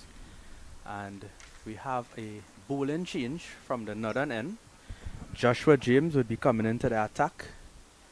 And he would be really looking forward to this opportunity here, bowling at Joshua Bishop and Andrew Rambaran. Joshua Bishop on 6 balls, Rambaran 11 from 21 deliveries. So a bit of a consolidating period here for the West Indies Academy, which is needed in order for them to get something of a respectable total over 150 runs, which would be maybe competitive here once they don't lose too much wickets, because we know there's that possibility of rain, and if you lose too much wickets as the team batting first, it really affects the calculation, the Duckworth Lewis system. So it gives a very low total. And that's cut away there, and that would be 4 runs to Joshua Bishop. So first delivery here from Joshua James, short outside off stump. Poor delivery, and it goes all the way to the boundary. Yeah, welcome boundary there for the West Indies Academy.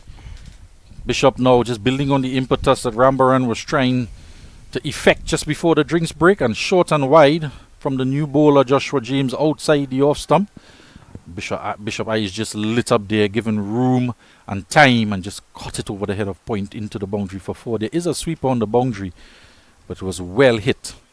So James into the attack, changing up, coming on for Yannick Correa there, he's bowled 6 overs, 2 for 24 Correa. James with a 26-yard run up. Oh, and that's well bowled there by Joshua James. On target.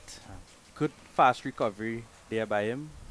Seeing that Joshua Bishop loves that shot outside the off stump there, but a beautiful delivery there, beating the off stump. What a comeback delivery Yeah, there. very good. Perfect line and length. That corridor of uncertainty. Joshua James just exploiting that area in his second delivery of the spell. Yes, very strong fast bowler, Joshua James. Let's walk down to the third man boundary. So Joshua James, a very tall figure, very strong. He would bowl a lot of heavy deliveries. He has a pretty long run up there, as you mentioned, close to that 30-yard mark there, about 26 yards he's coming from. So nice action. He doesn't look to be in any sort of trouble with his action or anything. A nice smooth action. Interesting to see as well. Bishop was up on his toes and off the ground as he played that ball down to third man, indicating the lift that James is getting with his powerful broad shoulders. So he is able to extract something out of the surface. And that's driven there by Rambaran, and that will be 4 runs. Glorious shot to him through the covers. I tell you what, that is the shot of the mornings thus far from Andrew. Pitched up, he's taken a liking down to the pace of Joshua James as he punches it through the covers for 4. An exquisite looking cover drive there from the 18-year-old. Yes. 98 for 5 the score in the 25th over. Yeah. Great shot here by him, hitting down the slope, the fastest part of the outfield, hitting with the wind. And Joshua James trying to really make him drive, but we see here he makes a really nice connection. Nice batsman here, Andrew Rambaran. So play there would be 1 run. So and they look to push for the second run, and there's a misfield, but they are not able to get that second run. So Isaiah Raja out in the deep there, sweeping the boundary. He's on the field, the substitute fielder, trying to prevent 2. So pretty expensive over so far in the scheme of things here in this match. 10 runs off of it. The Iceman Isaiah Raja. Or should I say the Ice Bucket Man? Cool, chill, young individual. Patrolling the boundary out in the deep. And very brave of James to pitch another one up to Rambaran there after that cover drive for 4. That's well bowled there on target, and that's the end of the over. 10 runs off of it. It's 99 for 5. Yeah, James came on in that game against the Windward Islands, bowled 4 overs, picked up 2 quick key wickets for 15 runs in a spell to restrict the Windward Islands to 182. In 45 overs, bowling out the Windward Islands there with the help of Joshua James. Coming on at this game here, and not quite the impact in his first outing, going for 10 runs. 2 good-looking shots for 4. Yes, so see that he had some good deliveries there. We saw his second delivery was asking some questions there to Joshua Bishop, but pitching up there to Rambaran, they would have had their plan for this game to Rambaran. So see some of our spectators. We won't want to get too much of a view of those guys. Those guys are the ground staff sitting in front, behind of the covers. We very much want them to be as relaxed as possible under that tent, which will indicate that we'll have a full day's play as long as they are relaxed. Of course, despite doing their duties during the drinks break, cleaning up the pitch and the bowling marks and so on. Definitely, we see that long off there, going to his right. So a bit wide, long off here at the moment. So, and that's bowled him there. So that's the end of Andrew Rambaran, bowled there by Jason Mohammed. So yeah, Jason using all his guile, skill and experience there, forcing Andrew back onto the back foot. And as we've been indicating, you don't want to be playing too much off of the back foot. And getting some turn as well, going past the outside edge. But his left leg never moved really to get in line to cover the line or the turn of the delivery. And really should be getting forward to those deliveries there, young Andrew. it was well flighted there by Jason Mohammed. I think he misjudged that link. Could have played that more on the front foot. But again, these Red Force players, they know Andrew. They would know him like the back of their hand. And we saw some field placement changes. We saw that long off going around. So not sure if, as you mentioned, that left leg going backing away a bit. Not sure what he was actually trying to do. But we know that cricket is a game of angles, and a slight change in the field sometimes could actually affect the batsman because it changes their stance, it changes the direction they want to hit the ball. And at the end of the day, he was definitely outfoxed there by Jason Mohammed. Not a big spin by any means, but the flight he misjudged the flight and was able to beat the outside edge there of Rambaran. Just when we were showcasing a partnership building between the two youngsters, 25 runs in that partnership for the 6th wicket, just on the cusp of 100 runs, not the time they would have wanted to lose a wicket. With 6 wickets down now. And it's the very aggressive Johan Lane into the innings now. He does have 24 overs at his disposal. What's going to be the intention of the youngster? He is a very aggressive batsman. Yeah, I think he's going to play his game, which he should.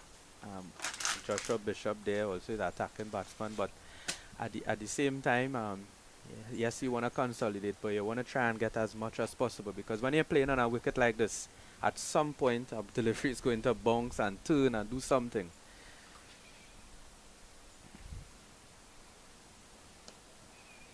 Very interesting as well. Jason Mohammed is into his 5th over. He now has 1 for 9 in 5 overs into his 5th over. Is Captain De Silva going to give him another over after this? Yeah, I think he's bowling well. He's not. Oh, and it looks like maybe Joshua De Silva has put down the new batsman, Johan Lane. Call that the commentator's curse, if you will. As I mentioned the name, Joshua De Silva, a chance goes a begging. Yes. Came off the outside edge, crashed into his right thigh, past the glove. Yes. There is a slip in place in that of Brian Charles. It would not have gone to him, but a difficult chance for the wicketkeeper. Yes, and that's what happens sometimes when you're playing on a turning wicket, when the delivery don't actually turn much. And it really tricks you as a batsman there, and you see that one taking the outside edge, your right arm off spinner there, that one probably just running straight through.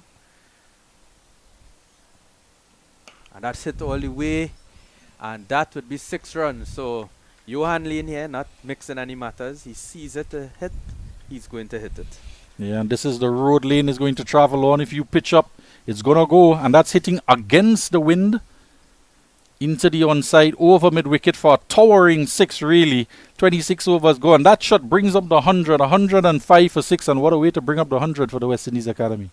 Yes, he really made good connection. He hitting against the wind, but when you make the cricket bats these days, when you make proper connection, it doesn't matter where the wind is blowing, it goes for 6. So you see his intention here, and I think that should be his intention, because they really want to try and get as much runs as possible. See the Trinidad and Tobago Red Force, they're eyeing their first bowling point. So if they get another wicket here before the 40th over, they would have their first bowling point. So it's very gettable. A lot of overs here, 14 overs in this power play. So very keen eyes, Adrian Barrett, on top of the point system. yes, it's a very important thing to monitor, because when we look, and we have a bowling change here from the northern end, Carey Pierre. This is what we were wondering. You know, I was talking about Jason Mohammed on the other end, and I was about to give credit to Captain De Silva. He's rung in the changes, giving Jason Mohammed the ball to bowl, replacing Charles, and now he's going to take James off and reintroduce Carey Pierre. Oh, perhaps the Trinidad captain is smelling blood now with just 4 wickets to go in the innings. Of course, he would want to keep an eye out on that 4-letter word rain. And yes, if there is rain to come, he would want to bowl this team out early. Ooh, to get a chance of there a by Carey victory. Pierre. Oh, that's well bowled there by Carey Pierre. So off of his 6 overs, 12 runs for 2 wickets. So he's had a good start. He has another 3.4 overs in his spell remaining. So important 4 overs here. Oh, that's one going down the leg side there. Half-hearted appeal. So Carey Pierre, the experienced Trinidad and Tobago left arm spinner, going down the leg.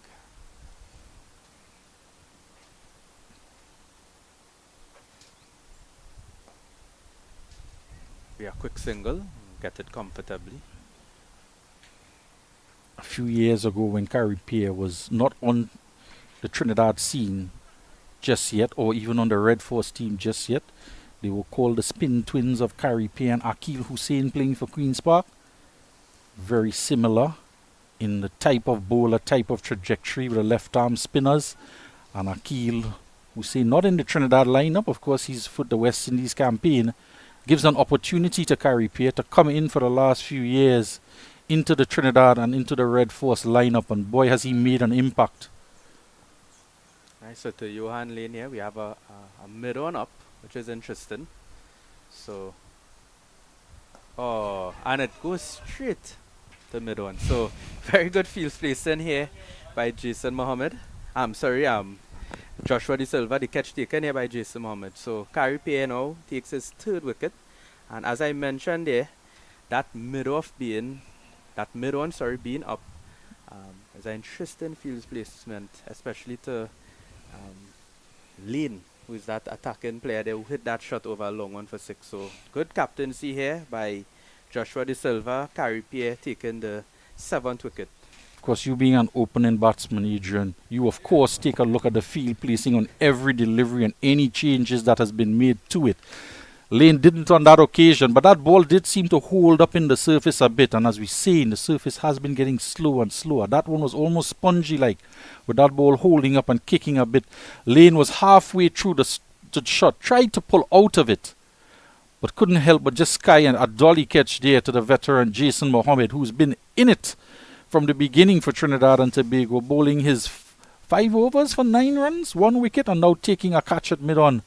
And very much the writing on the wall. Is it 106 for 7 in the 27th over?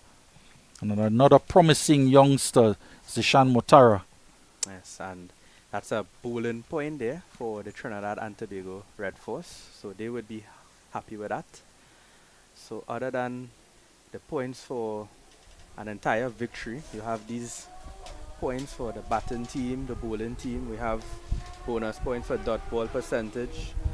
And also now in this last power play, if they are able to restrict the batting team to less than 6 runs and over, if we even get into that 3rd power play, That's the only how that would actually kick in.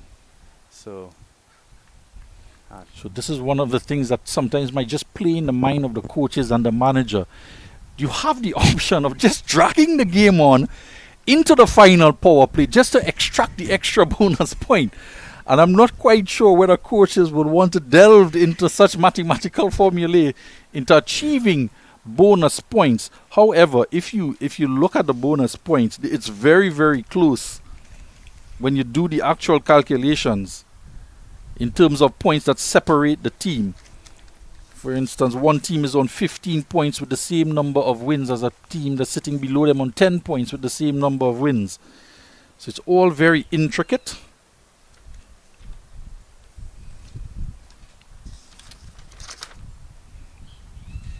Yeah, the West Indies Academy is at 6th position, if my table is right, on 15 points.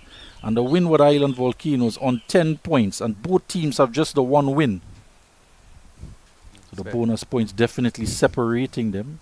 So much so, I'll point out Guyana, who's only had one win as well, as on 25 points. yes. So the bonus point system is very much impacting the results in the tournament. driven down to the long on boundary here. Motara, the new batsman. So sorry, there's Coming into strike, yeah. bit of a So now we have Motara on strike now, bit of a mix up there on the CG. So Bishop there hits that the long on boundary. Motara now on strike to Jason Mohammed. So a question answered, Adrian. He's getting that 6th over. Yes, Did he pull rank to get another over in over well, the younger Joshua De Silva?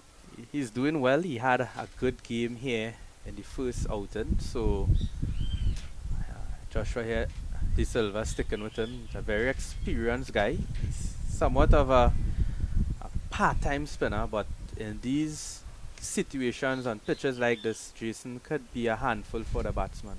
With this slow off spinner, and he hits that one down there to long one. So when he's bowling at that pace, as a batsman, in order to score runs, you have to put pace on the ball.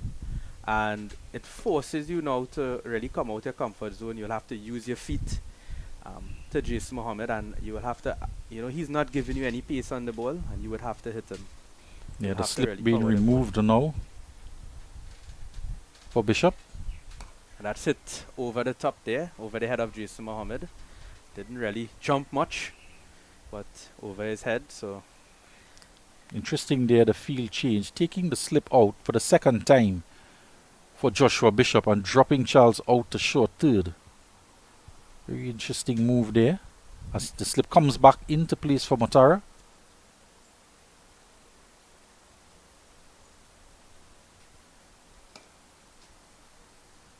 and that's the end of the over. 3 runs off of it. It's 109 for 7 after 28.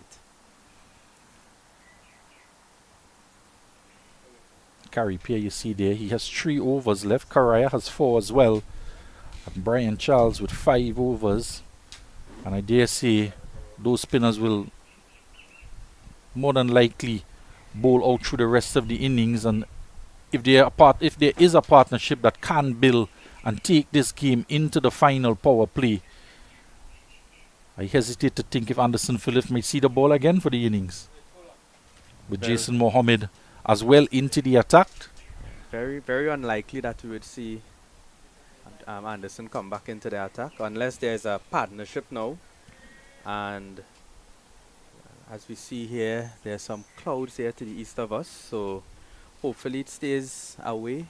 It blows over.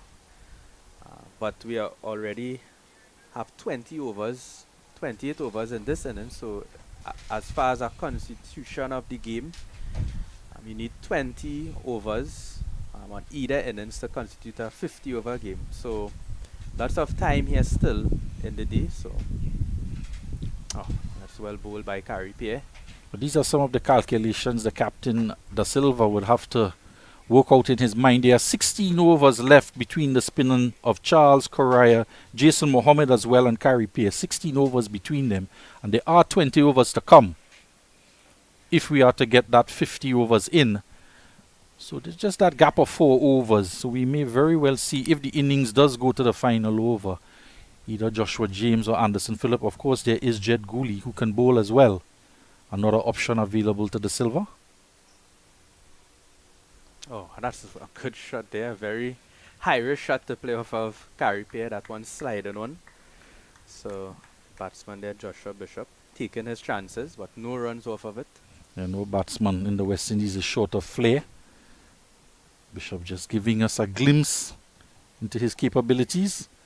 Scrunching down and cutting away off the back foot.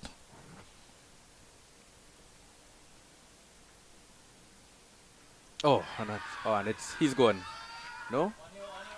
Well, umpire Williams, Jacqueline Williams there presiding at the northern end. She's in disagreement with the entire of the Trinidad and Tobago team, saying that that one did not clip the edge of Bishop's bat. Even I got outfoxed there. Seemed By to the be appeal. Very good appeal, but not out. The umpire is in a better position than us. There are no bonus points for appealing, unfortunately, for Trinidad and Tobago. That's driven down there to the long off. Fieldsman Jed Gooley, who will be thinking about batting very soon. It's a more lower order, somewhere number 6 batsman. So Interesting, he batted at number 3 in the 4-day tournament for the Red Force. But in this 50 over affair, he comes in around number 6, number 5 area. And Amir Django is preferred in that number 3 position. And Amir Django having a bumper season this year for the Red Force team. 110 for 7 after 29. What do you make of the young Amir Django? He has a double 100. Another 97 or so, and 96 in the last outing.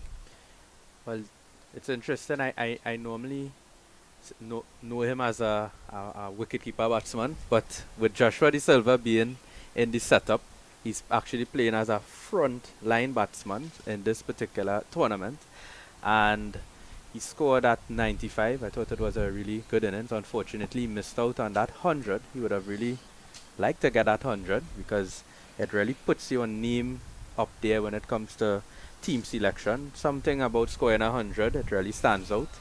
But nevertheless, he played a really good innings. He's a good talent. He's a bit a busy player. He looks to score, and which is good. And that would be, looks like it's going close to that fine leg boundary, and it would be 4 runs. 4 runs to Bishop. Jason Mohammed was first bad delivery, really angled down the leg side. And a lot of work in the deep for Gooley to come around. He wasn't going to get there. We have made mention of the lush outfield, but it's heading down the slope there on the northern end. There's always going to be 4 wides, was it? Or just buys? Like runs. I think that came off. He the got bat. something on there. Yeah. Yep. Welcome runs to Bishop himself. Not to mention the total 114 for 7. That's misfield there. I thought that should have been fielded there. So We're going to have to come up with a name for that shot. It's not a traditional shot that he played there. it's like a slap, like a when you play table tennis. I remember Like a you had a forehand. shot similar to that where you'd crunch down, just hesitate for a fraction of a moment and punch it between point and cover. Yes, it would be more closer to the backward point region, but his own goes in front. Shall we call it the Barrett drive? Or the Boris drive? So You have your fans now Googling, going on YouTube to look back at your innings to see the shot, see how much it resembles the shot of Bishop there. that's played down to the 3rd man region. Would they come back for 2? Yes, they will come back comfortably. Carrier not the fastest of fieldsmen, but a very effective leg break bowler, Yannick Carrier. So a very good over here for the academy team. 4 runs of the first ball, 6 runs, 7 runs off the over. That's 1 again to the long on boundary. So the veteran Jason Mohammed, with just 1 delivery left to complete his 7 overs, may very well be the end of his stint with the ball. And in 1 delivery's time as well, it will be the end of my stint here on commentary with you. Just until if we do make it to that 40 over mark, I shall rejoin the infamous team of Barrett and Mr. Williams. That's the end of the over there. It'll be just one run off of it, and that will be the score now, 119 for 7 after 30. So I bid you farewell, Adrian. Might very well be the end of Jason Mohammed on the ball. So welcome back, Mr. Williams, on commentary.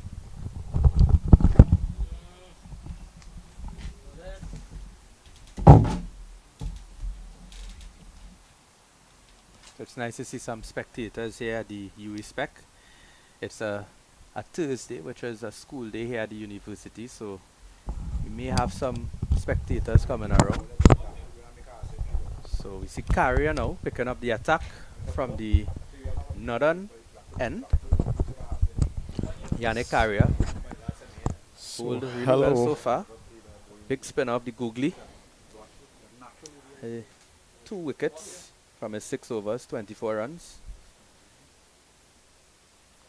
So we'll be Welcome looking here again, now to viewers. pick And up. hello, Mr. Barrett. Yes. Hi, Daryl. Nice to have you here on the back on air. And that's swept down there. Sort of a pull sweep sort of shot to that backward square region. So Carrier starting off the 31st over. So be bowling out to Motara, newish batsman here. A leg spinner himself, so he will not want to get out to his same skill set. What do you think about that, Adrian? Yes, he would know a thing or two about leg spinners, and hopefully he's able to pick the googly from Kyra because he has a deadly googly. So, and that's pulled, a mistimed pull shot there. Would only be 1 run. So the academy team 121 for 7. They would be looking to get over that 150 mark, which would be not the greatest total, but a respectable total. So they may have a chance of making a competitive game of this, Daryl. Indeed, indeed. As I made mention before, I'm thinking that the And that's hit all the way, and that would be 6 runs to Joshua Bishop. So Carrier flighting that one there, and Joshua Bishop not mixing any matters and hits it into the UE Spec building here in St. Augustine. it's a good looking shot there. Having a big heave was Joshua Bishop. Saw him in the previous game go some 15 off some 5 deliveries, so he's quite competent with the bat and able to hit the long ball indeed. But as I was making mention, I think that this West Indies Academy batting lineup is probably just a batsman or 2 short in context of things, because we have a lot of all-rounders batting pretty high up. So the general balance of the team seems to be off. And that's forward defense. After that big hit for 6, we see a big forward defense. So somewhat trying to bat smart, trying to build the innings here. He would know his responsibility here. Being an all-rounder, as you mentioned, the side has a lot of batting and bowling all-rounders. So, and that's a very good delivery there by Carrier. 8 runs off the over, 6 off of it. It's 127 for 7 after 31 overs.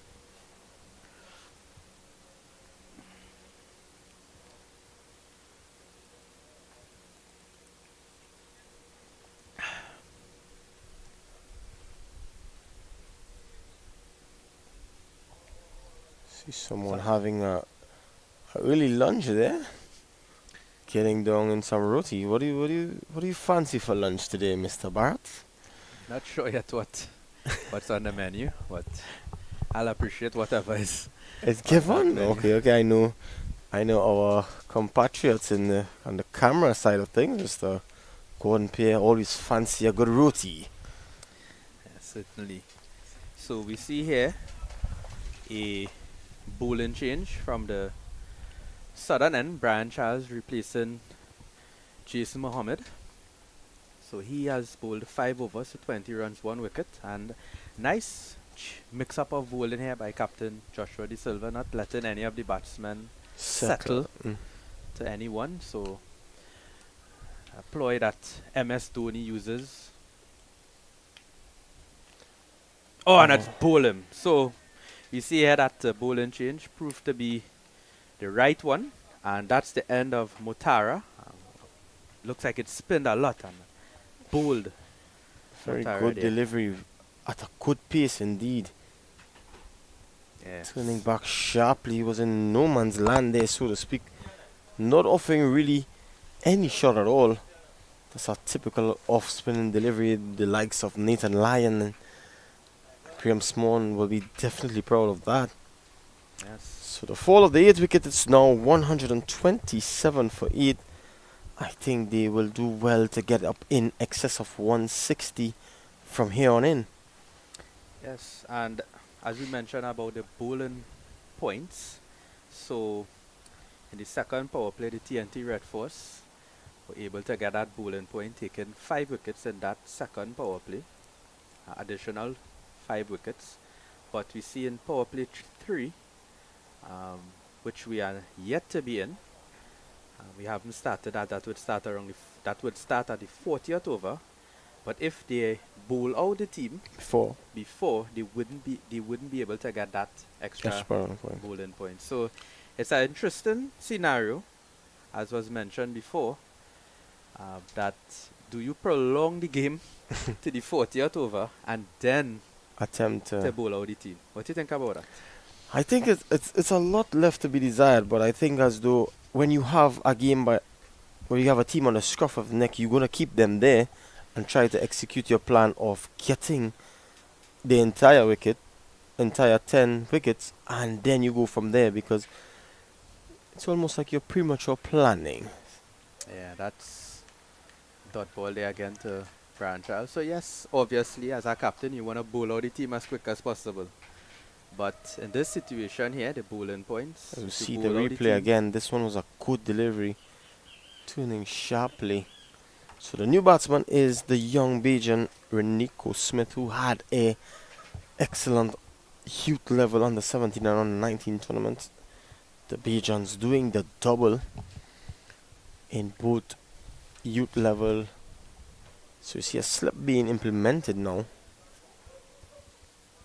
for Charles. So it's tossed up nicely. Smith no slouch with the bat by any means, but will take a lot of him to come in and belt the ball away on this equally difficult wicket. So he's turning into the onside and there's no run.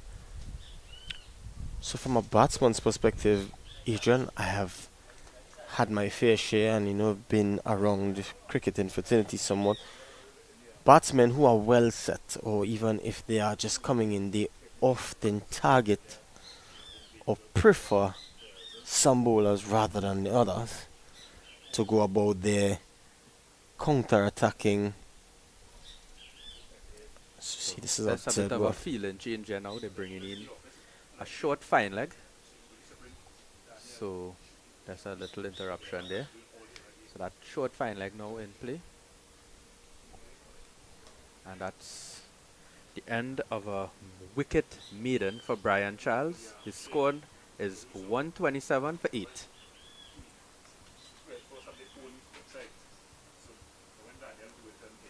So there's still 8 overs remaining in the second power play.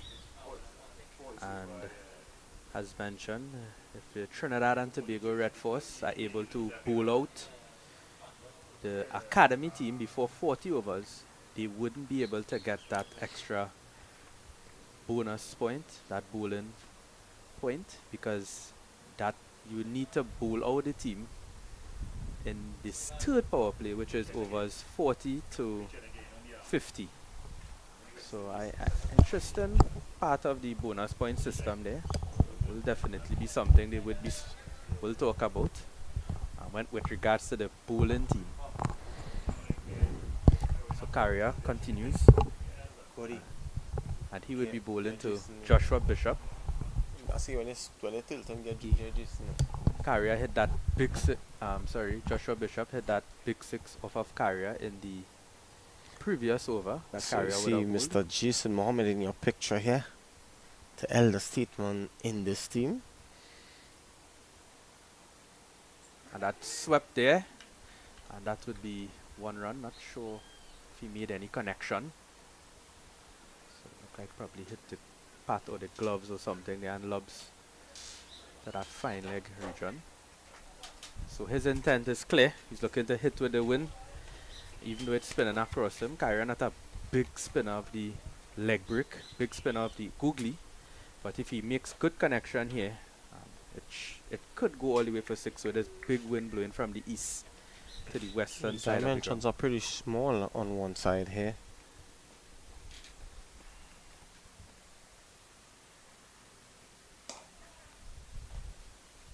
So Carrier really flighting the delivery. He has the opportunity to do that with 8 wickets down. So no need to bowl him at any quick speed. He could really flight it, give the ball here, make the batsman try something. The mid-on is up, so definitely the batsman will be looking at that. And he hits that there, and will it be taken? And Jed Gooley takes the catch there. So Carrier now taking his 3rd wicket. Smith goes, hitting that one to long off. And that's a really flighted delivery as mentioned, the batsman there. Taking the beat of Carrier, and a good wicket by him. So Nico Smith departs, and that's the end of the 9th wicket here. So Carrier in the midst of things here. So really a poor showing and batting display by the West Indies Academy. Hasn't looked the part for the entire of this innings. See the replay again. This one is tossed up nicely. Good intention, but unable to make sufficient contact was Smith. I think he could have battled out a little bit and give Joshua Bishop a bulk of the strike. But tailenders always fancy their chances going high and handsome. And that's a good point. I think that he could have, tried to play that supporting role. Joshua Bishop, really going well, 25 of 29. And these are the little points or the little periods in the game where players need to really understand their role, really play smart. Because as I would have said, 150 runs would have been a decent total, and by getting dismissed there really makes it difficult now. The score, they could very well make under 150 50, yeah. runs, which is not a really competitive. They would have to come out and take early wickets. There's no way around it. So the academy team have 1 wicket in hand, and the new batsman, Jediah Blades, would be facing Yannick Araya. So he dropped struck on on the the pad, pads. A loud appeal. Planting that left foot forward. Yeah, Carrier has that googly. Let's see if it's a googly or a straight one.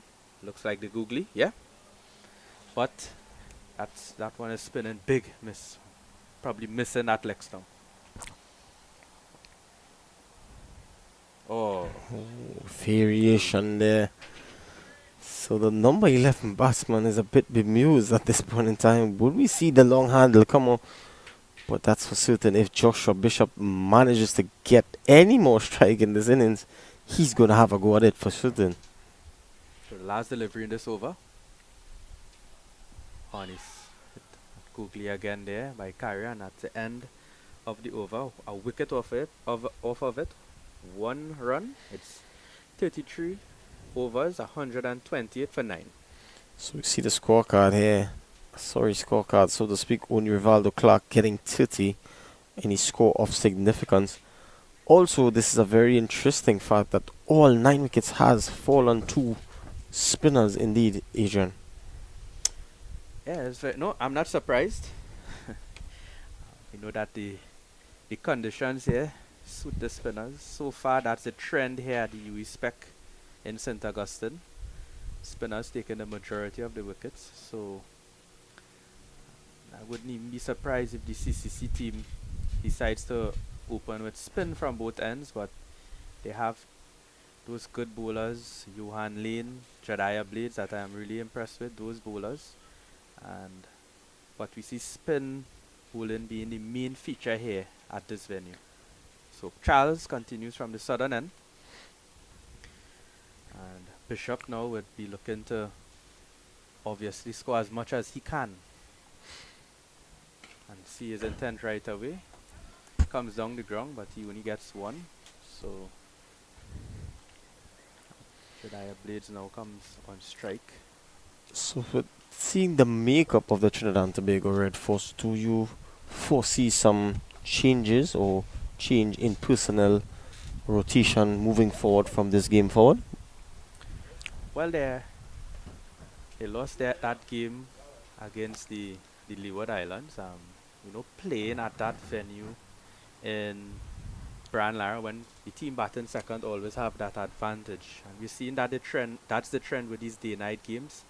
The batting teams have a great advantage when they bat second. So conditions playing a big role down there. We see Shannon Gabriel back into the team now. At the moment, I'm not sure what the intention would be. What's his fitness levels, his match. It's one thing to be fit, but is he game fit? Is he match fit? So I would have liked to see this one is well played there. Number 11 looking sharp indeed, covering the line of this delivery. I would have loved to see Isaiah Raja get into the team. That's pushed into the onside here. Commonly known as Big Raj, or the Iceman as he's commonly called in these times. He's had a very good season leading up to this. To see him get back onto the national team is very important. So I know he will be chomping at getting an opportunity. See, a lot of batsmen has been doing well. So we see the likes of Mark Dial as well in the Red Force setup. Missed the entire CPL. So I know he will be looking for some playing time out in the middle as well. So see how. And that's the non-striker was looking for a single there. Blades. I think the batsmen, the players here on this Red Force team would be looking for opportunity to play. Yet to see what the combinations that the coaching staff, the management, and the captain, what they are thinking about. But we should see some opportunities coming along the way. And that's hit all the way to that long on boundary for one. So that's the end of the over there. And the score is 131 for 9 after 34 overs. So we've seen a little bit of temperament shown by the last pair of the West Indies Academy, when this could have been done probably a couple overs before and limit them losing that big barrage of wickets in a quick space of time. Definitely so. And that last wicket there, I thought that wasn't really called for. Indeed. Yeah, because as I mentioned, Joshua Bishop being the batsman who is in strike, in form, who's really going well, 27 from 32 balls, and the other batsmen should be looking to play that supporting role. And as we were mentioning before, if you are playing on the Red Force team and you haven't gotten your chance yet, you should be looking forward to whenever that opportunity comes, because it will come. Indeed. So news coming to hand from the game that is going on simultaneously. That's hit down to the long on boundary, and that would be 4 runs to Joshua Bishop. So he moves on now to 31 from 33 balls, and he pushes the score now to 135 for 9. So getting really close to that Elusive 150 mark. But that's a good looking shot indeed. Looks like a batman of top order down the track and punching this one over the head of the mid-on fieldsman. news coming to hand in the other game that is simultaneously going on, Jamaica versus Guyana. Jamaica taking first strike are currently 136 for 5. Jermaine Blackwood, the former West Indies test batsman, getting amongst the run. He's gone 50. Oh, and that's a big swing, and he's bowled him. So that's the end of Joshua Bishop. Carrier now 4, taking a 4-for. And that's the end of the academy innings, 135 all out after 34 overs. So a big heave there, getting an inside edge and crashing into the stumps. So Joshua Bishop goes, and that brings the end of our woeful West Indies Academy innings. It's now chance for them to defend this meager 135. I think Red Force will definitely fancy their chances in getting this very quickly and getting it quickly indeed. So Carrier taking 4 wickets. He would be really happy with that. That one there, Googly again. He's using that Googly really effective in this game. He took a few of his wickets here off of the Googly. So that's it here at the UE spec for the end of the innings of the West Indies Cricket Academy. The Trinidad and Tobago Red Force will be chasing 135 runs off of their 50 overs, and they would have to score at just under 3 runs and over to get that total. So no big difficulty here for the Red Force batsman, but the academy team would be looking to make some early inroads in this game and pick up a couple of wickets and probably cause some hiccups. So we'll be back. Join us for the run chase in a short.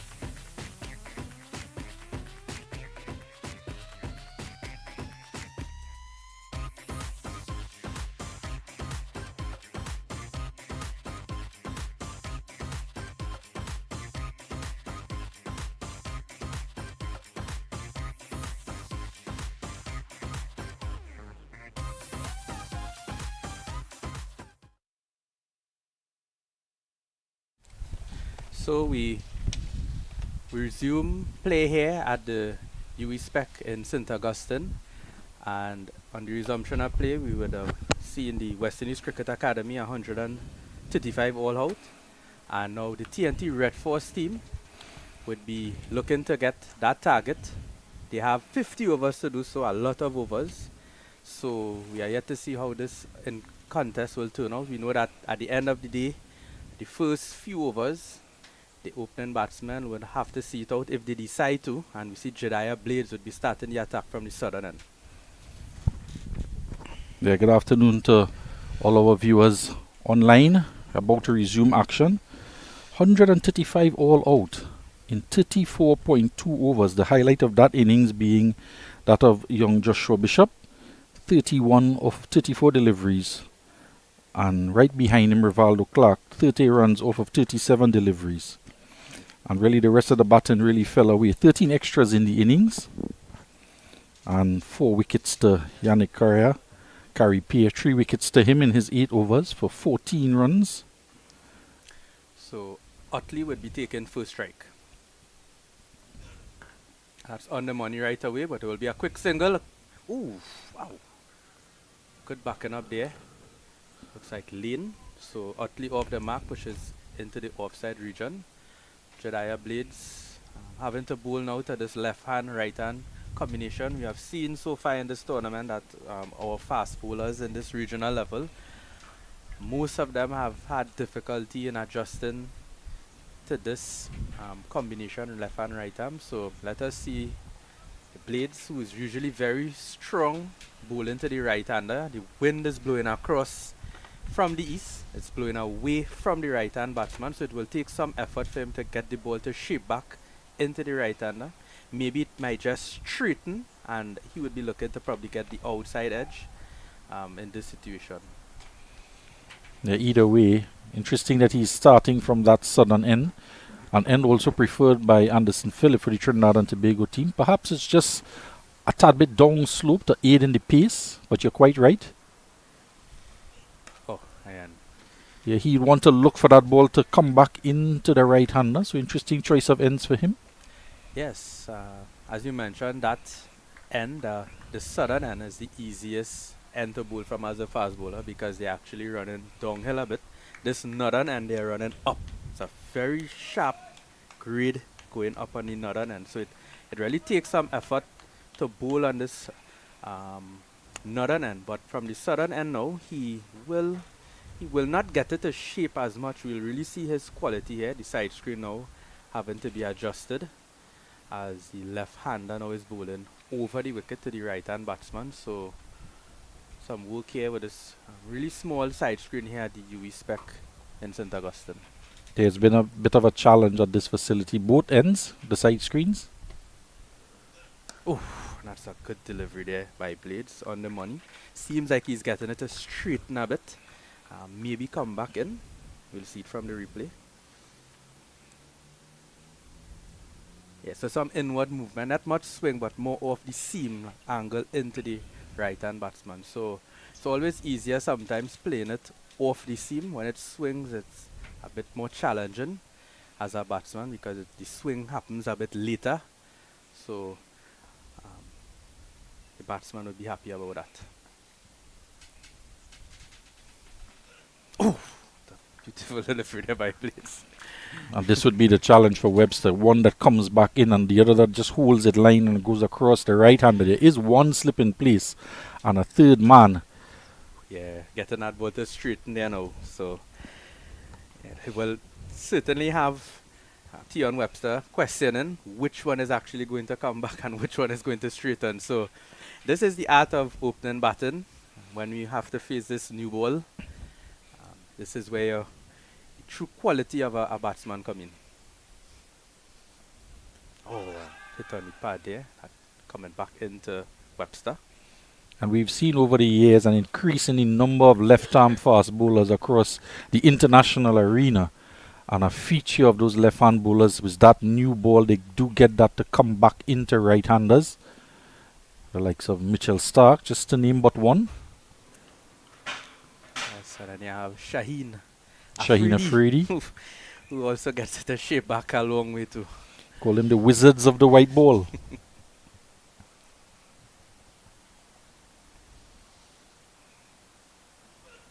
And that's well played there by Webster. He allows that one to come on to him. He's seeing the inward movement, and at the end of the over, it's 2 without loss. So good over there. Good start from Jediah Blades. Bang on target with his length and his line as well. And trying to get a few to come back in, and one holding its line across Tion Webster just to keep him honest. Might just some of the things that opening batsmen might do to negate some of that swing ball. And Adrian, did you bat out of your crease a lot, particularly in a white ball format where you would get for 3 or 4 overs the white ball to move around considerably?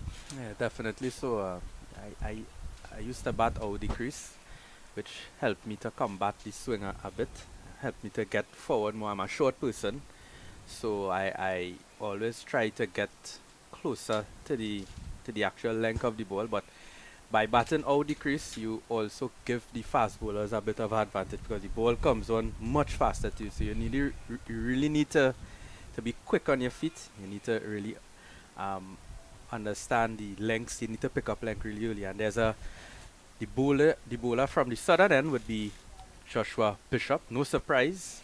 Yeah, we anticipated that he would start the left-hander. Yeah. And that he would bowl from this end as well into that rough area that both Correa and P exploited on the southern end.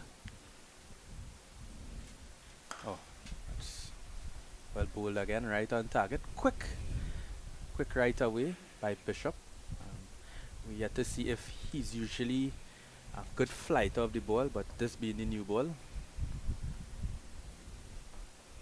Oh, and that's taken the outside edge there. Flew to like a gully region. And that's an example of the pitch with that spongy, slower turn off the pitch, hitting the top splice of the bat. And had there been a gully, it's a low total, 135 runs on the board. Might just think about employing a gully to Bishop. Not a bad idea to have a gully there, and that should be leg buys to the Red Force total. Or is it runs?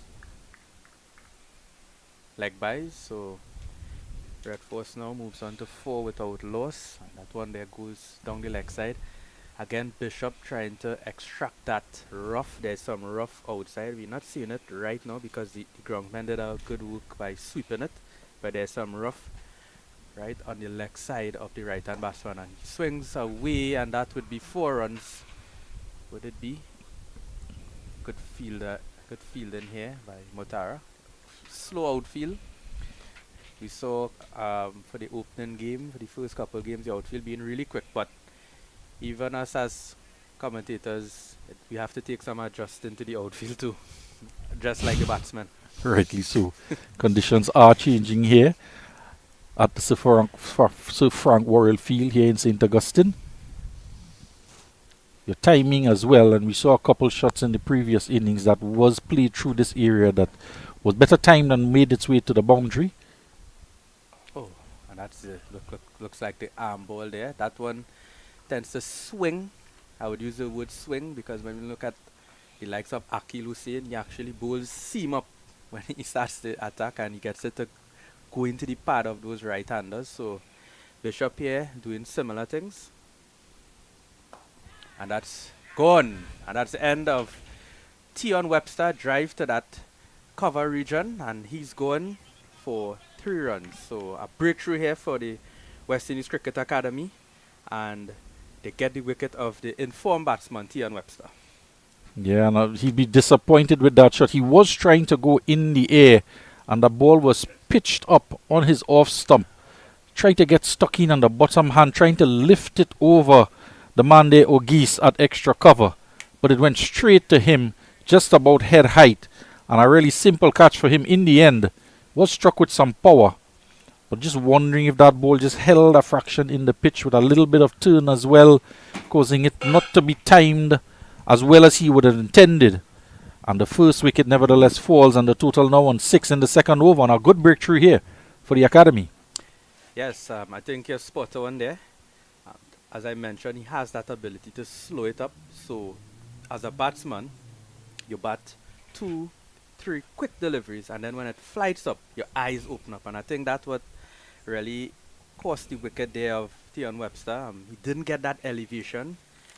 He has the ability to hit over the top, but on that occasion, not sure how much intent he had to really go over the top, because as a batsman, sometimes you have to decide if you're going, is either you're going or you're going along the carpet. But anytime you try to go in between that, and that very tall fieldsman there at that cover region who took the catch. Akeem Ogist there. Yeah, so Well, he was going and now he's gone. yeah. He's gone back to the pavilion. The new batter out there, Amir Django, who is also in good form. And you mentioned the form of Webster. He would have been disappointed. 60 in his last game. At a rapid rate as well of 79 deliveries. Also scoring a 95 out of 115 deliveries against the Windward Islands. So Trinidad and Tobago, they would have depended heavily on him at the top. But another high-scoring batter is in his place, Amir Django. But it's going to be Otley who's going to face up the left-hander to Blades. So is it adjustment there again with the side screen? No? Or the tractor, they want the tractor out the way. So 2 left-hand batsmen in, and Blades holds the Utley. And Yeah, at least the guy on the tractor would rest easy with 2 left-handers at the crease. It's been a issue here at the grounds, no doubt one that they will solve in the future. The the side screen at the northern end being manned manually. A lot of work for the guys. When there is a left-hand, right-hand combination, there's a tractor employed at the southern end, a bit of a smaller side screen. Makes the task that bit faster. And that's the inside edge there. And will it run to the boundary? Yes. And that's 4 runs at inside edge. Cruel Yeah. game, isn't it? Shot in the dark, as it was termed in the yesteryears, off the inside edge. Ooh, between the legs, French cut. Past Motara and into the boundary for 4. Nevertheless, as you said, it's still 4 runs to the total. Not where he intended to hit it, but he fortunately was able to get 4 runs. So there's a deep backward square on the boundary and a third man. So you'll see on a first slip.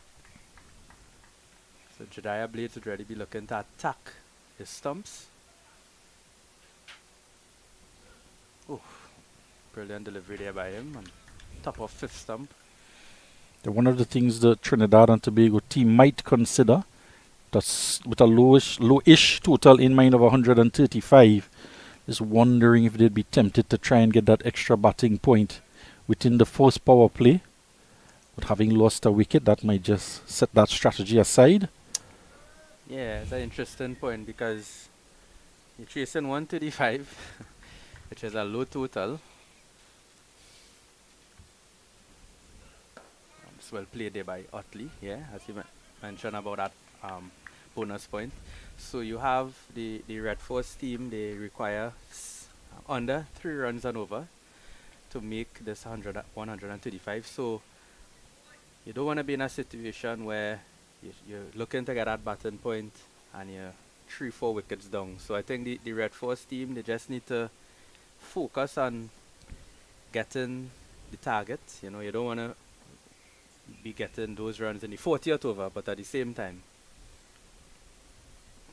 that's down there, and that should be 4 runs. So 4 leg buys here to the TNT Red Force team. Jediah Blades holding down the leg, having to adjust now to this left-hand batsman. So 4 added to the total. Yeah, that'll definitely help any considerations of trying to get that bonus point. If you're going to get bonus runs off the legs down to the boundary for 4, perhaps just go motor along each ball on its merit till about the 5th over or so. And if you do have that wicket still intact, try to make a play for the power play. And I'll tell you why it's significant. Trinidad and Tobago sits 3rd with 2 wins at 25 points. And the Leeward Islands are on 2nd with 27 points. And both teams are with 2 wins.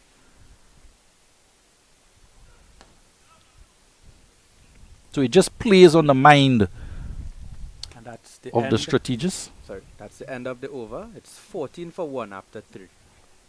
Yeah, so just perhaps plays on the mind of the manager and the coaching staff how they would go about strategizing, chasing a low total. Of course, if they do get that batting point, it means they're almost halfway there to their overall total. So it does give them that added advantage. And not to mention, it'll help their run rate as well. Their net run rate is currently at .74, which is higher than that of the Leeward Islands at .47. The Leeward Islands has played one extra game ahead of Trinidad and Tobago. So it's a lot of permutations and combinations to consider. The batsmen, however, will just want to play it one ball at a time. Get themselves settled. Otley on 5 and Django yet to score.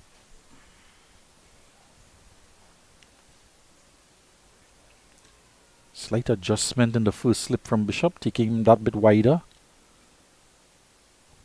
Perhaps looking for a seam up. Oh, I think that one there swings away from the left-hander, bowling over the wicket. So he's looking to angle it in, and if he happens to straighten it, he would look to wrap the front foot there of Django. So good delivery there by him. That first slip there, Django would need to be careful here.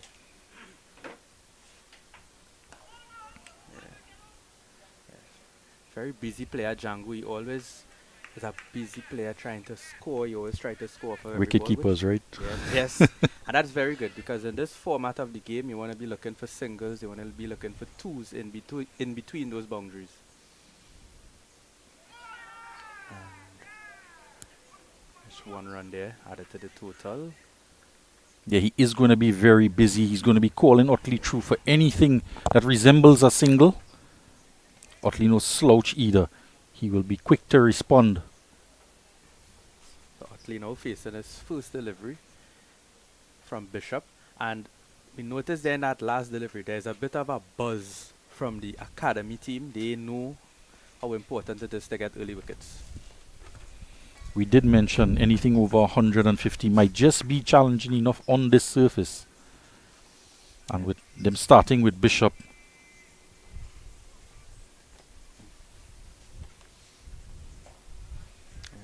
Otley defense tightly.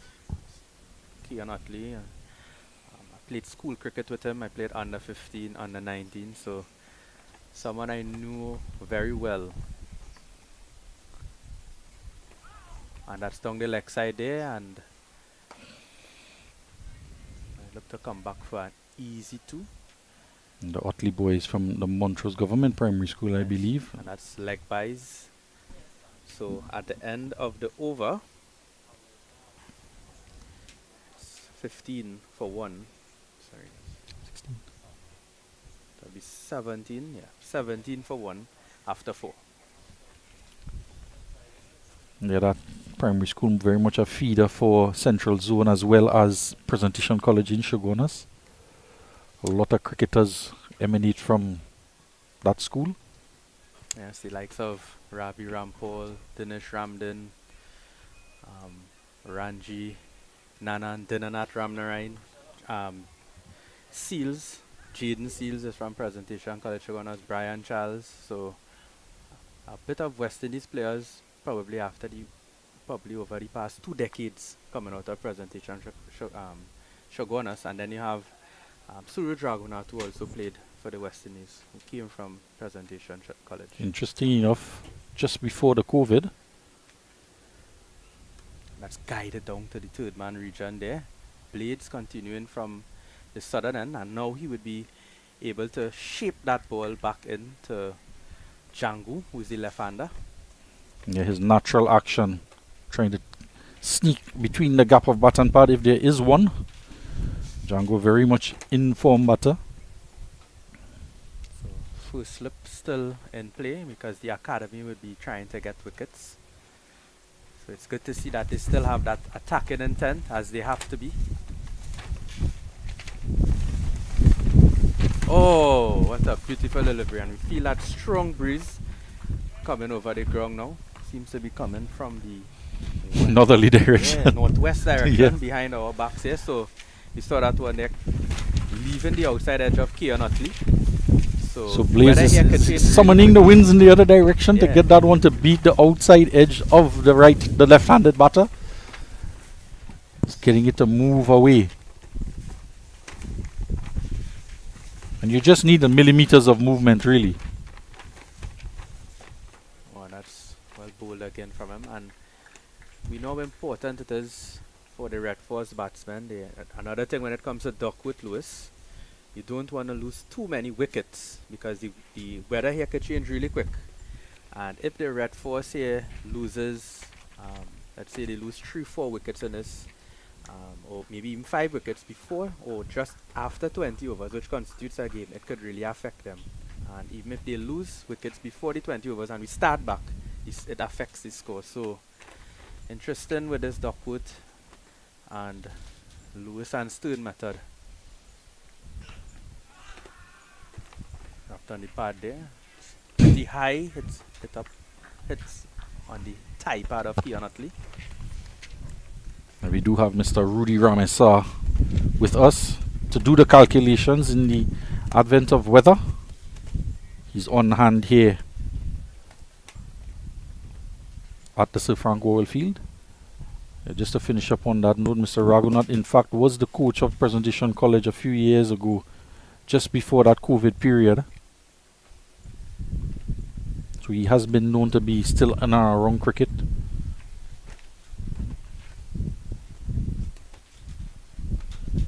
Oh, and that's driven there by Utley. Yeah, he just leant on it, opened the bat face, got it past point, and it scooted away into the boundary, using the pace of Blades and the angle of the delivery.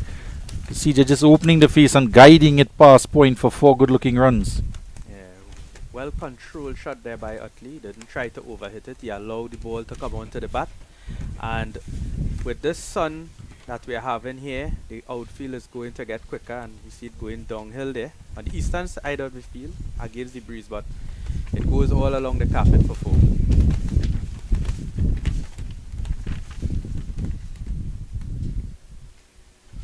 Oh, good delivery there by Blades. Good reply, and at the end of the over, it's 22 for 1 after 5. Yeah, Utley just acclimatizing to conditions, the bowling of Blades, leaving that one alone, so he has a fairly good idea of what he should play at, what he should leave alone with this new ball in the hands of Jediah Blades. So he's getting it to go shape away from him somewhat, and then getting the odd one just to hold its line. So well negotiated in that over. Yes, definitely so. And we are getting a wind now that is coming from like the northwest direction, and this change of wind here, we'll see how it affects the conditions out here, because now Teddy Bishop would be trying to exploit that. And a loud appeal. The bat and pad very close together, ballooning up in the air, and Tucker did very well to chase it down. Just off the pad alone, it seems. It looks close to that inside edge there, but the umpire seems to not be in favor of the bowling team, which they appealed, thinking that there was an inside edge. What it does show is that some good turn and bounce from Bishop. Faster one. Hurried on to Django. So Joshua Bishop is going along pretty well here in his spell, just 2 runs into his 3rd over, so he's continuing where he always... that one actually turns back into Django now. The example there of it. Turn and bounce. Yeah. Considerable turn. Big turn there into that rough. That rough there created by the bowlers bowling from the right-handers who would have been bowling over the wicket. So that rough now really being an interesting development here for Joshua Bishop. Django just having a look into the onside. There is a man in the deep end wicket. And drives through the covers, but straight to cover, no run. Yeah, Bishop very aware that he was looking into the onside and just pushed it outside of the off stump, where there are just 3 on the onside in front of the bat for Django. So he was just wondering perhaps if he got it just to the left of lane. He sweeps hard there, and that will be 4 runs. So a good shot there by Django, realizing that there's a lot of spin available to him. It probably pitched somewhere around Midland leg region, and he was quick on it. Big spin, and that's 4 runs to Django, who is on 5 of 9 balls. Just wondering, with 6 overs gone, are we going to see a bowling change from that southern end? We do see Lane limbering up, rather it's Smith limbering up out in the deep, a deep mid wicket. Could be a bowling change at the end of this over. Django sweeps again, and safely, not where he intended it. It had a bit more bounce, and they thought about coming back for a second there, but the fielder did a good job by stopping it. So at the end of the over, it's 27 for 1 after 6. So Blades, 13 dot ball in his 3 overs. He's gone for 11 runs. And the pair of opening bowlers just conceding 18 runs in their 6 overs. And 27 for 1 with the balance coming off of the extras, as we have a look there. Justin Jagisa just padding up down at the nets. Yeah, not in the starting 11 today. But he would be looking to get himself back into the starting 11, Justin Jagisa. Didn't have a good start to the tournament. But he's really young. He's just 19 years of age. And this being the academy, West Indies Academy, even though you're trying to win the tournament, it's also part of the phase of development of West Indies cricket. This being the academy team, most of the players ranges between the age of maybe 19 to 25, 25 being the oldest. So it's really about development here, this academy team. So a bowling change from the southern end, as you said. You would probably see that. Rivaldo Clark would pick up the attack now from that end. And Rivaldo Clark is an off spinner, and as he's bowling now to 2 left-handers, which is a normal ploy these days to the left-handers. Django really looking to be positive. You see his intent. He's always looking to score. There's no one on the boundary on the offside. There's a deep backward square and a long off. So big gaps there on the offside. Oh, yeah, flighted there. Django thought about it because that long one is there actually is a long mid one. There's not a long one, so he thought about it there for a moment. Oh, that's cut away. It may not be a boundary, but they will come back for 2 runs. So Django here, we see his intent. He's a positive player. He's looking to score. And Django is not going to let the fall of that 1 wicket affect the way he plays. Yeah, we saw in the previous over a couple sweep shots. He was trying to be very aggressive at anything angled into his pads, and he got some runs down the leg side. This time punching it through the offside, as we see the offside being strengthened now with an additional fielder being placed at cover point. Just to counter that shot from Django. Yeah, Django cuts again, but good fields placing. As you mentioned, they brought in an extra fielder there. Andrew Rambaran stationed exactly there, because he's a left-hander as well, so anything to his left would be his strong suit. Flighted again, and Django goes, and it goes all the way for 6. So Amir Django goes straight back for 6 runs. A good shot by him here. He just had to check the wind factor on that one there. Yeah. Because the wind is blowing. It just kicked up to push it over, because the man at long off thought he was in with a chance for a second. But well played there by him. Well controlled by Django. As I mentioned, there is no long one. There's a mid one. So once he gets it anywhere to the left of the bowler over his head, it should be an easy boundary. Django there works it. Love to score those singles as is needed these days in West Indies cricket. What I've been impressed with Django this season, even though he gets the boundary away, he still plays each ball on its merit. So he will respect the good deliveries whilst trying to turn over the strike off of it. And bad balls in his zone he looks to go after and be very positive. And he's done it quite successfully in his campaign this year. And he's reaped the rewards. So we saw, as you saw on the screen just now, it's a 30-run partnership. So a nice partnership here developing between Otley and Django. Nice communication between the wickets by both of them, which is nice to see. So Joshua Bishop will be continuing from the northern end. Yeah, he's going to continue. He's been quite miserly apart from the last one, a couple down the leg side. Django did manage to get one away. And Django is down the wicket. But good adjustment by him because he wasn't to the pitch. Quick delivery. Maybe came down a tad early, so the bowler was able to see that he was approaching him. And that's swept again by Django, but well fielded there by short fine leg. Good intent there by Django. If he had just beat that fieldsman, he would have added 4 to his total. But he was able to just add 1. Total is 37 for 1. And Bishop would be bowling to the left-handed Keon Otley from Montrose, Trinidad and Tobago.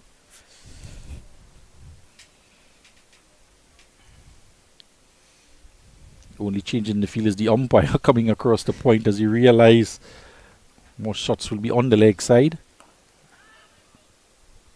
And ironically, this one is played just in the line of the umpire who's gone across the point.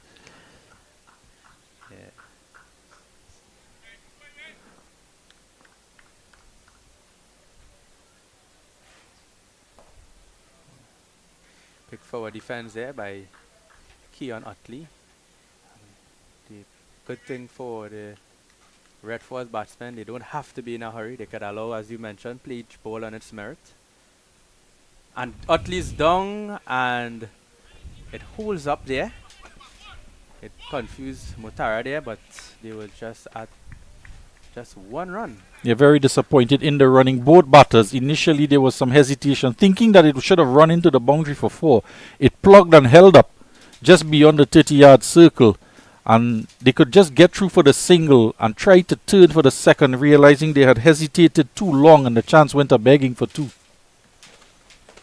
Django backs away for this delivery here and no run. So that's 2 runs off the over. It's 38 for 1 after 8. So Bishop 4 overs, 1 for 9, replicating Jason Mohammed's role in the bowling department. And he's keeping things quite in check. Django is trying to raise the roof off of the U-Spec building here as a gush of wind just comes and raises the tent off of its feet. Django himself and Otley just trying to launch into attack here against the West Indies Academy. 38 for 1 and 8. And I dare say they are going after that bonus point within the first power play. So they need another 22 runs in 2 by overs. 10 overs. Yeah. Sorry, but yeah. And it'll be inviting as well with the part-time bowling of Rivaldo Clark on. Otley on strike. Just wonder if he'd be tempted. The mid one is up, as you said. But to his credit, Clark, he's been holding that line and turning across the left-handers. So they forced to play it out into the offside with the additional fielder there and that of Andrew Rambaran. And that's swept away. And it would be fielded by the deep in wicket who has to run around to a backward or square leg position on the boundary. So 1 run to Otley. So Otley there, sweeping across the line, but really getting that long, he has some long feet. And was able to get to the pitch of the ball and sweeping it comfortably. Django down the wicket there, works it out to that straightish mid wicket, and that would be 4 runs. So a good shot there by Amir Django using his feet. First batsman in this game I've really saw with the intent to actually get out the crease and get to the pitch of the ball. And I tell you what, they're putting a lot of faith in Rivaldo Clark as the spinner. We're just bowling to 3 men on the onside, albeit 1 at deep mid wicket. But there's a a short fine leg, and a mid-on. So just 3 to beat because he has reinforced the offside. And Django. he was fortunate to get away with the sweep shot from Otley. But Django made him pay for it, though, getting to the pitch of it and pushing it past mid-on into the boundary for 4. Might just want to reconsider, you think, an additional person on the onside for the part-timer? And he sweeps this one, and this one will be 4 runs. So Django here really taking the attack to Rivaldo Clark, and he ends that over there with 4 runs, 9 off of it. It's 47 after 9. So shooting themselves in the foot somewhat there, with balls pitched into the pads, into the legs, with just 3 men on the onside, and 2 grateful boundaries accepted by both batters, with Otley on 11 and Django going on to 24 off of 22 deliveries, 47 for 1 in 9. Yes, definitely. And we're looking Good at start. 13 runs and Yeah, 13 runs, which is very gettable. This is where the games get interesting because there's 1 point that is available, which is very important, these points. So these batsmen here, they should be aware of it by now, the batting points, and they will know the targets they need to be by 10 overs. these 2 batters here. And Otley chips, and yeah, they definitely are looking for that batting point. So Yeah, they're going to work that ball all 360 degree around the facility here at the Sir Frank World Field, striking it to all parts of the boundary. and Otley here, there's the mid-off up, so an opportunity for him. If he gets to the pitch, he could hit it over mid-off. And that's worked there by Otley, deciding to go the safer route.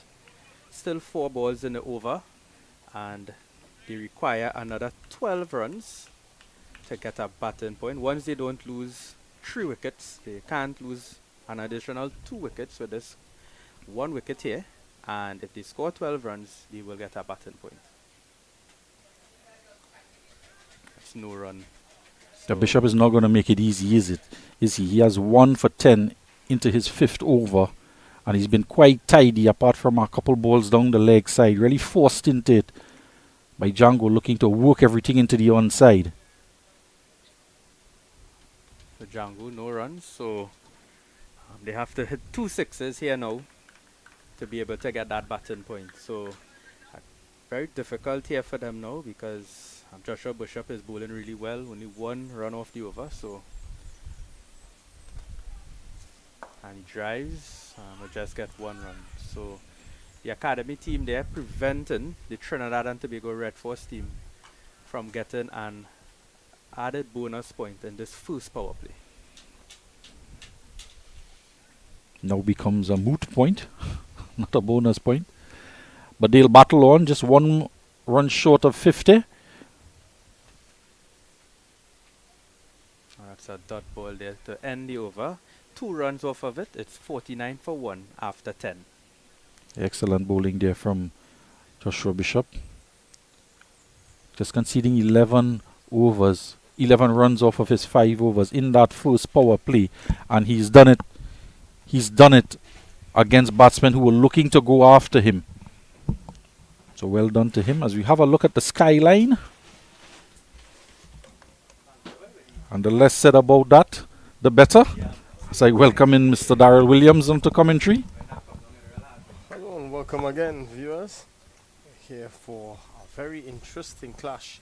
Indeed, the West Indies Academy looking to defend their poultry total of 135, trying to make a game of it. This is a very intriguing passage of play here. The highly fancied young leg spinner in Motara, who had a match-winning spell the last time out, looking to emulate that all over again. So Clark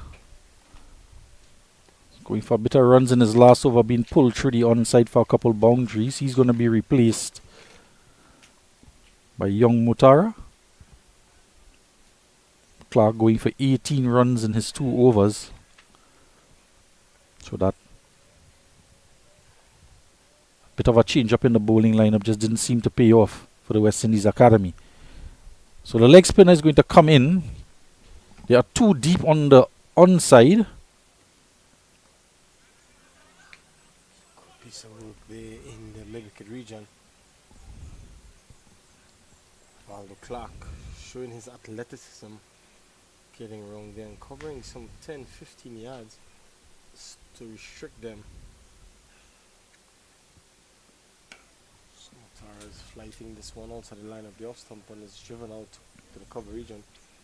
Django 26 off of 27 deliveries. He's looking to pounce on anything loose. He's always eyeing up that leg side, particularly with the leg spin of Motara. There are two men in the deep on the onside. They remain there for Otley. Just knocking on the door of the selectors. So he's playing a cute paddle around the corner there, unable to get it off the bat properly. 3 deep on the onside. There is a long on, a deep mid wicket, and a deep backward square. And there's a man at mid wicket in the ring, and that's the field on the onside.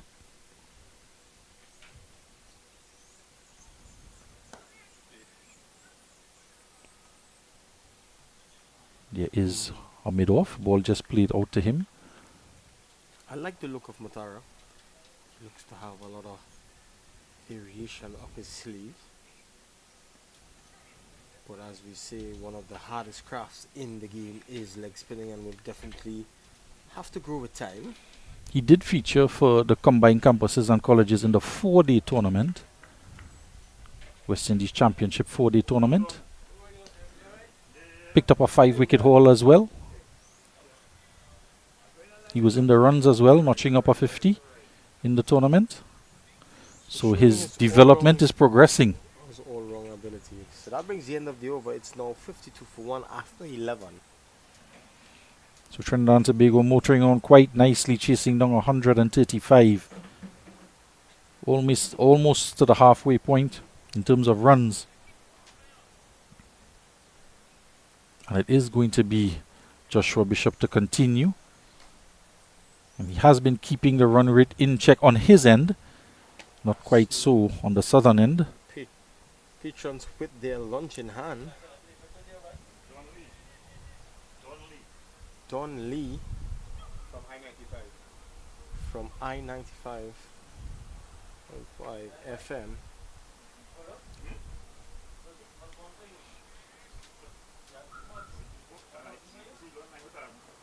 So this one is an attempted sweep shot, unable to make contact.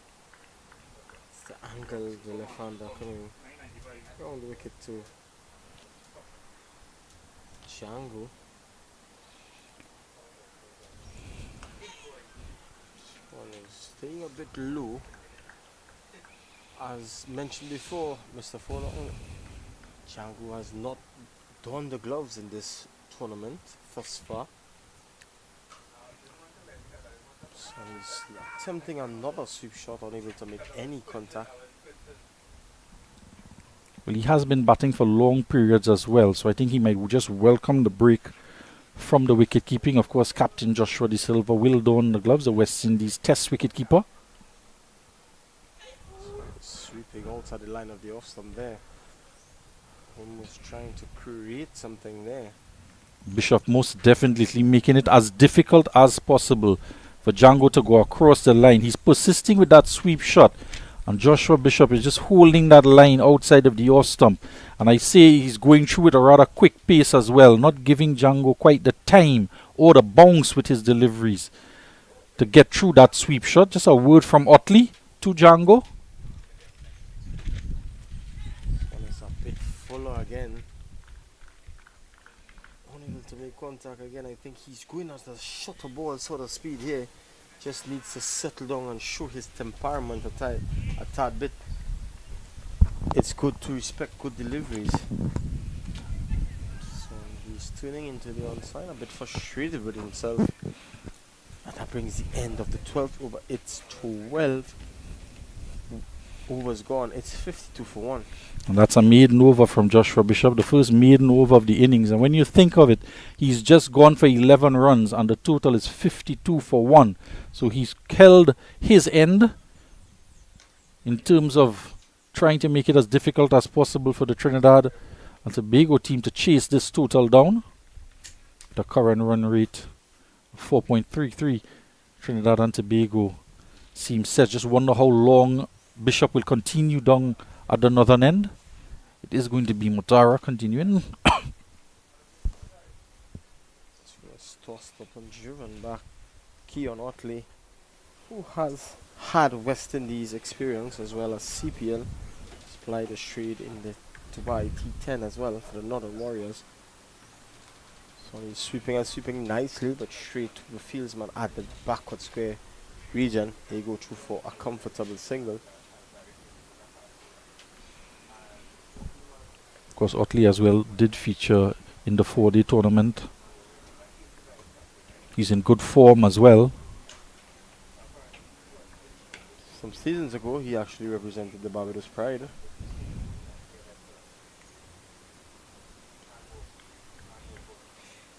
And batting in partnership with Django, who has been at the number 3 position. We did make mention that Jet Gooley at times batted during the 4-day tournament in the number 3 or the number 4 position. With Django coming lower down in the order on that 4-day team. They've swapped roles somewhat in terms of where they bat in the 50 over affair.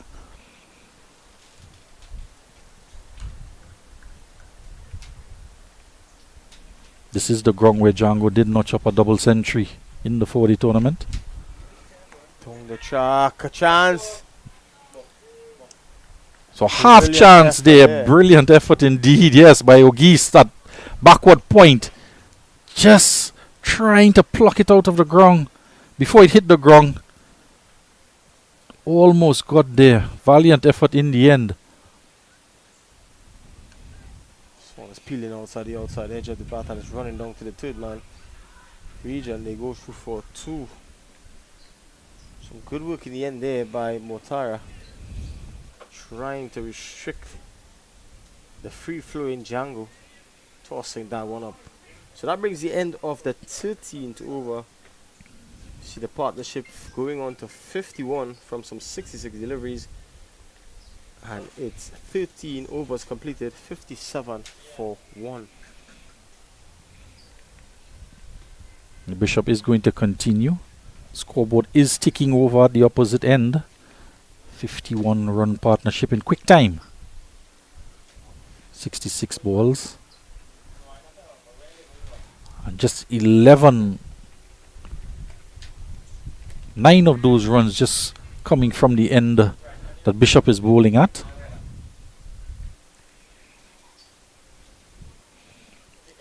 Bowled a maiden over his previous over.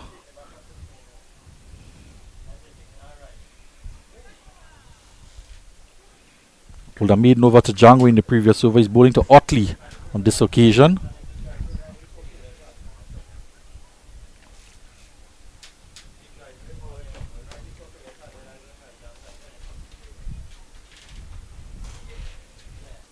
Just a brilliant delivery, beating everything and everyone. Boy, oh boy, that was a gem of a delivery there. Joshua Bishop stands in dismay. Hands Akimbo in disbelief that it got between the wicketkeeper. The batsman stump and the wicketkeeper included. See the replay there. Yeah, that coming off the outside edge. Ruled by the umpire, Jacqueline Williams. So he concedes 2 runs, albeit a half chance. He was bewildered at how did it manage to get between the first slip and the wicket keeper.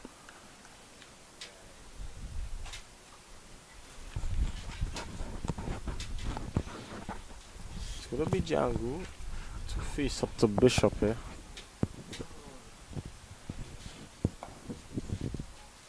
He's long forward and playing it out defensively to the cover region. So we've seen the pitch dry out a bit more, play a little bit more true.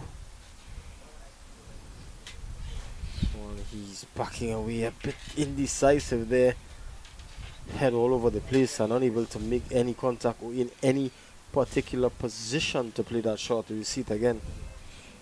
Back across, forward, everything in one. Shot in frustration, really, because he's been tied down by Bishop.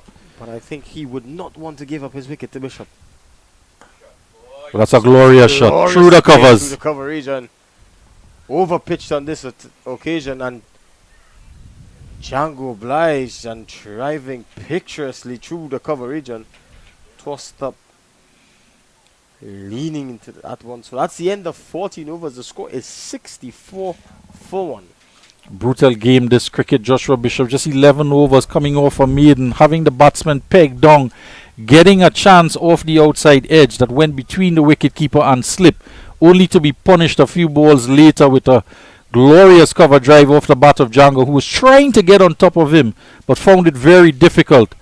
And Bishop just takes his hat in frustration from the umpire, because he was really into a good spell that pegged the Trinidad and Tobago, at least pegged one end down. Thought they would have been making some headway. So 7 overs he's delivered. There is the option of Rambaran with his left arm spin as well, as Multara is operating from the southern end. Just looking at some of the options that is left inside for Bishop in terms of bowling. As well as Yuan Lane. So he's getting a bit of extra bounce. He's getting on top of it. Go through for 2 quite comfortably in the end. So a couple of them just scooted down past the man at backward point. There is a slip. Just wondering with the line of the delivery, perhaps a couple googlies as well. If you might just want to put a gully in, you need wickets here if you're going to pull this back. This one is a cheeky little bit, a lap sweep down to the final leg region. They go through for 1, they come back for 2. That is excellent running there from Otley. Well, Calling that's for that good second awareness run. as well of this field placing. As you see the grey skies thicken above us. It's I think another. they would want to get on with this and get on with it quickly. Right. Not leave it for the judges, as they say, so to speak. There we have it. It looks very gloomy in the skies as well as for the West Indies Academy right now. It's like a dark evening in England, Chesterley Street, Durham. He's swinging about a bit. Very interesting now. He's taken the slip out and put a short fine leg, which is only to discourage Mutara from bowling that outside the off-stump line or even the googly, because there's no slip there. So that's full. It's really a defensive measure as opposed to having bowled the googly, put the gully in and keep the line outside of the off-stump. You know, that's a very interesting point you made, where it is that, over a period of time, this one is swung away high and handsome for a maximum. So Motara over pitching on this occasion, and Otley given the opportunity to free his hands, and he obliged and punished him for 6 good looking runs. Yeah, very depressed looking faces out there out in the middle now for the West Indies Academy. Just coming off the back of a win in their last game, but now not making much more progress in the tournament. As the sign say here, cricket in progress, flying balls, take cover. Bishop will very much have to put his thinking cap on now, because Motaro did now pitch one outside the off stump and there's no long off in place. And Otley was happy to swing through the line of it. So he's pulling this. This one, he's pulling this one down a little bit. So that's the end of the over. The score is now 75 for 1 after 15. We'll take this opportunity to join the players as they grab a drink. We'll be right back.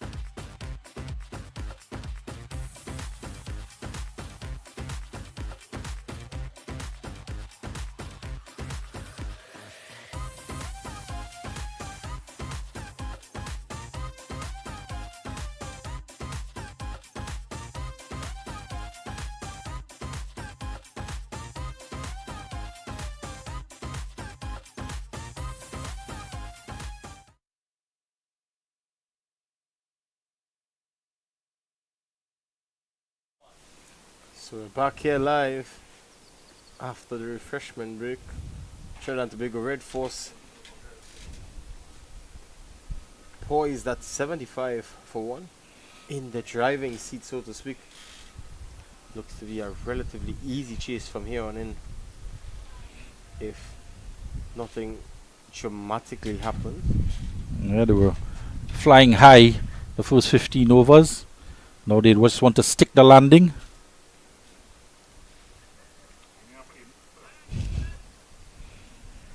And it is going to be, is it Lane?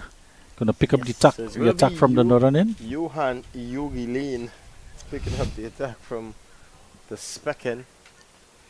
Pretty entertaining and intriguing character is this young man. A bundle of joy in the field, and you want to see that from your younger players. They add and fuel energy to the older players around them. One of the most effective person at doing that was a Jason Holder for the West Indies team. A lot of chatter involved there. So Lane does manage to come with some CPL experience. Played as trade for the St. Kitts and Nevis Patriots. Yeah, just curious, he did have an injury, his webbing in his hand. Seems to be battling through it. You can see his hand there, his right hand just taped up. He can be a tad bit expensive. I know the rule states that if you manage to have taping on your fingers and you manage to be a spinner, which it will help you extract more. This one is a line delivery, just opening the face of the bat. There is Otley as he picks up another single. In retrospect, I believe that Kieran Otley has not lived up to true potential. We have seen him through the youth level cricket and making his debut, going on to play CPL for St. Kitts as well. Had a West Indies store.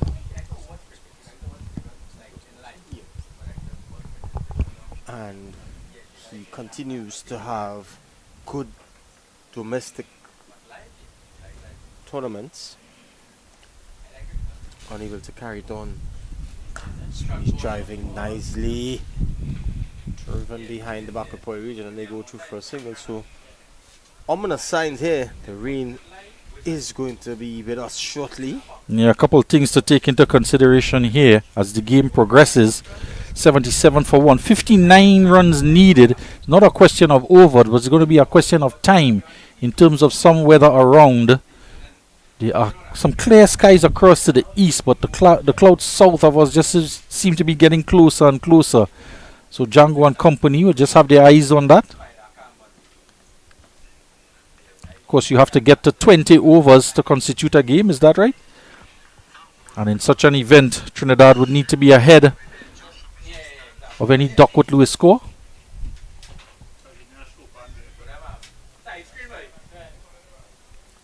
And we're going to initiate the first set of movement on the northern end with the manual side screen, as Lane is going to be bowling right arm around the wicket to the left-handers.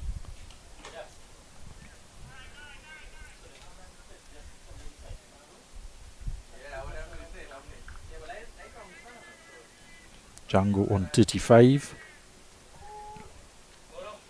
Otley on 31.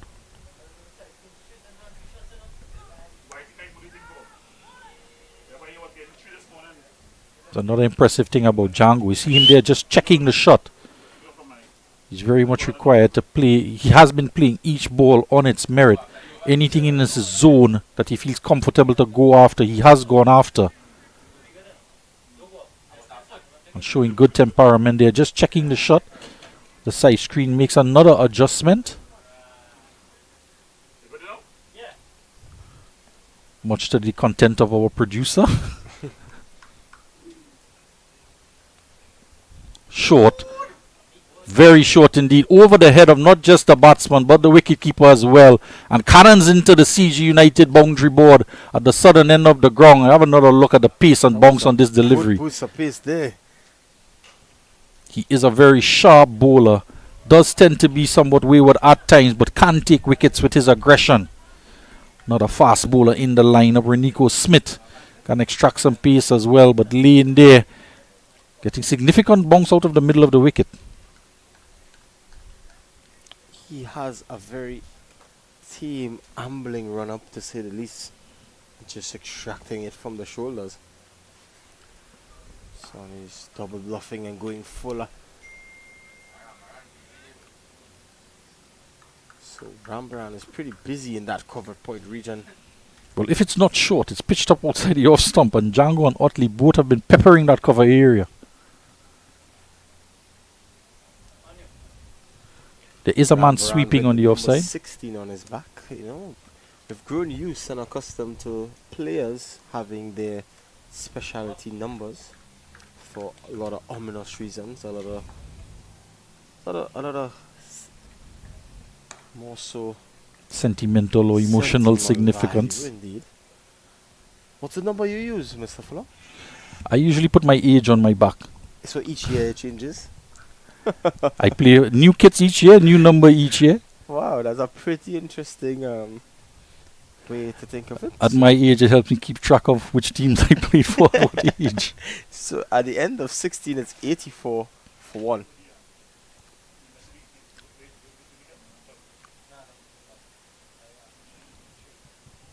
Very soon, I might just put whatever last score I had on my golf rounds, or whatever score I aspire to, Pretty interesting. trying to break par. Yet to do so. So as mentioned, it's going to be Reniko Smith to take up the attack from the highway end. I've been very impressed with him in the few games that I've seen him bowl. Has got some pace and has held a nice line, good accuracy and consistency, which is the key. Now we're going to have two fast bowlers in the attack from both ends. Assuming that Lane gets another over. Certainly he'll get another over.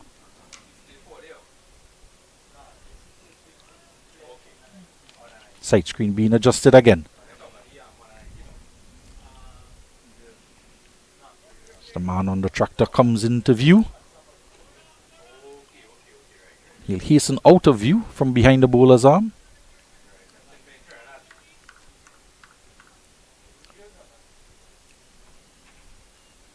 It's going to be Smith. Oh, this one is a shortish delivery. Played out by Django. So it's, you know, it's an interesting thought. If Django continues to show himself and show his potential in this Super 50, would he be definitely knocking on the doors of the West Indies selectors to give him a look in, not just as a wicketkeeper batsman, but as an out-and-out batsman? What do you think? Well, it's very interesting indeed, especially since Hetmeyer is now back into the team, into contention for that World Cup spot again, and Django will be pushing for some way to bat along in that slot if he is to get into the West Indies team. Of course, there's Alec Atenez at the top in the T20 format. Is Evan Lewis back in the fray? Hundreds from Brandon Smith and Casey Carty. Django may just have to wait his turn. But it all augurs well for West Indies cricket in terms of we've seen some high scores, over 250 runs in a number of games, and some close games as well. Those totals being chased down.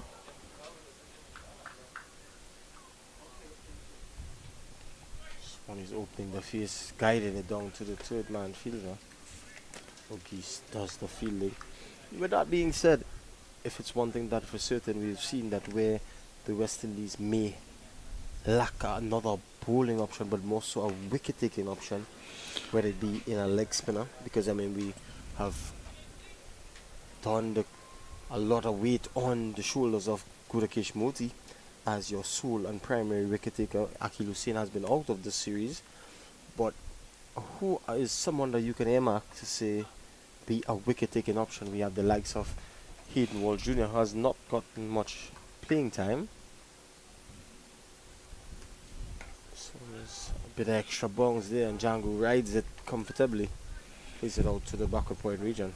There's another name that we have to mention as well. Of course, the leading run scorer in the tournament, over 400 runs, Justin Graves. Surely he'll be back in the West Indies setup.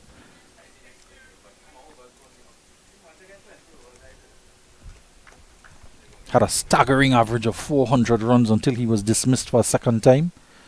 And in one dismissal, one ball took his average down to 200. He looks relatively at ease. Looks like he has so much time.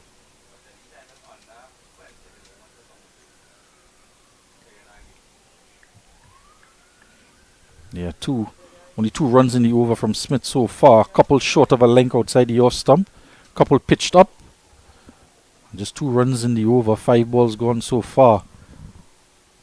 I think this young man here is raising his hands up as well.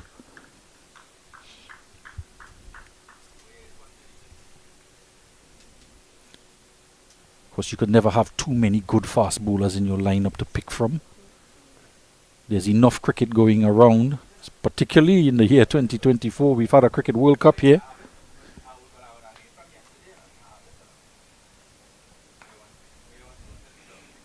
Just cramping the batsman for room. Shows good consistency with Nico Smith. 3 runs in the over. 87 for 1 after 17. Bishop, the highlight of the bowler, Joshua Bishop, just 1 wicket for him though. 18 runs conceding in his 7 overs. Just 3 overs from Blade. Current run rate 5.12.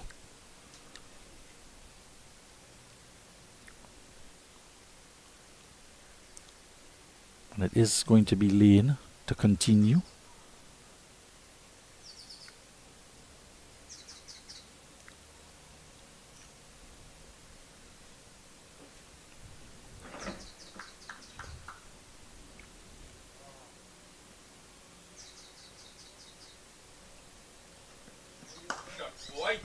Yeah, this one pushed. Driving nicely through the cover region. Teddy Bishop is giving chase. Bit of footwork there. And limits them to 3. Every shot hit in that direction on the northwestern side of the ground. Just slowing up in the outfield. A little bit thicker on that side, the grass.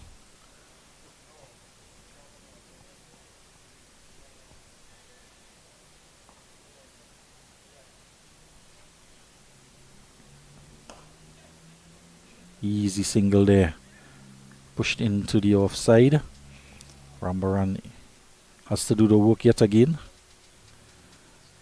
Trinidad and Tobago just coming in for a smooth landing. 91 for 1.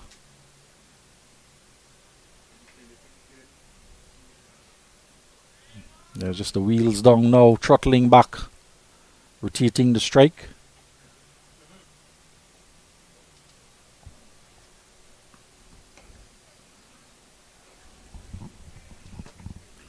That's the length and the line Lane should be looking at to concentrate on. Because pressure brings wickets at times. Dot balls brings wicket. Some hard lengths.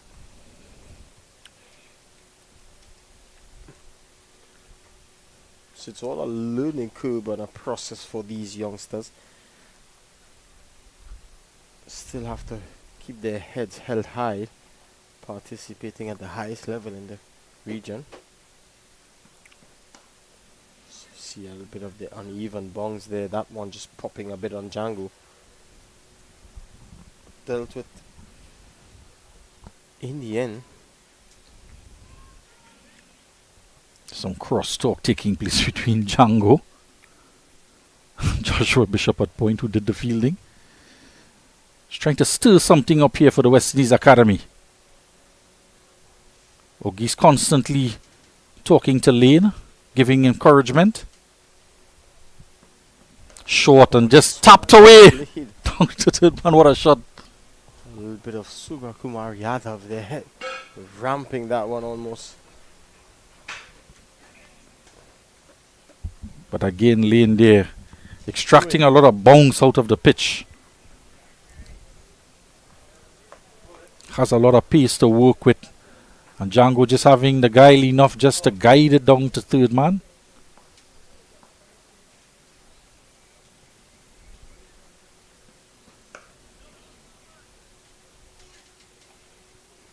So another formidable score here from Amir Django. As the saying goes, let your bat do the talking. So that's the end of 18 overs. It's now 92 for 1. 6 bowlers have been tried in 18 overs. The pick of the bowlers being Joshua Bishop.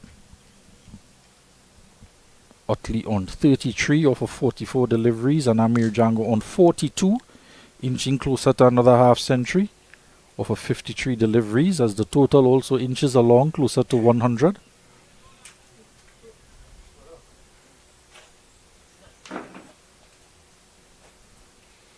It's going to be Renico Smith to continue. This one is a little bit of extra bounce there again. Eventually signal a no ball there by the umpire. Committing the cardinal sin of stepping over the line in a limited over game. So cramping him for some room there, but as you see, there's no shortage of talent because these guys look like raw pace indeed. Need some good mentorship.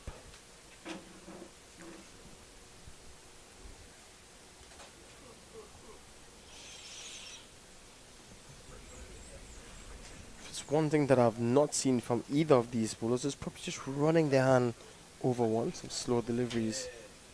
So there's a free and it's hiked away. Caught off the free hit.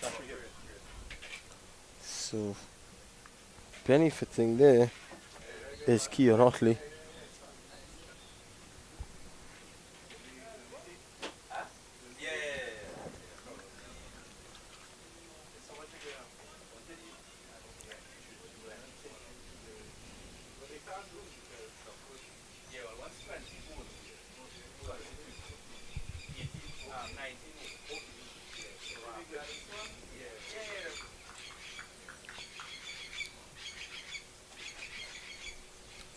One is gloriously played. Looks to be finding the middle of the bat quite frequently. Billy? One of the things you want to do as well, if you're a West Indies selector, you want to pick, you have that plan in place of what you want to see in the upcoming tours and your future planning with your players as well. But you also want to be cognizant of the fact that you want to pick your best players, particularly at home, for the ones that are in their best form at the time. And Amir Django is certainly in the form of his life for this year so far. He keeps adding to his run tally each game. But it's not a matter of being over cockiness, but you can clearly see when someone is in form or things are going well. They look like a well-oiled machine. The general aura, how they carry about themselves at the crease, looks a sight for sore eyes, He's picking up line and length very quickly, and his feet work is quite exceptional.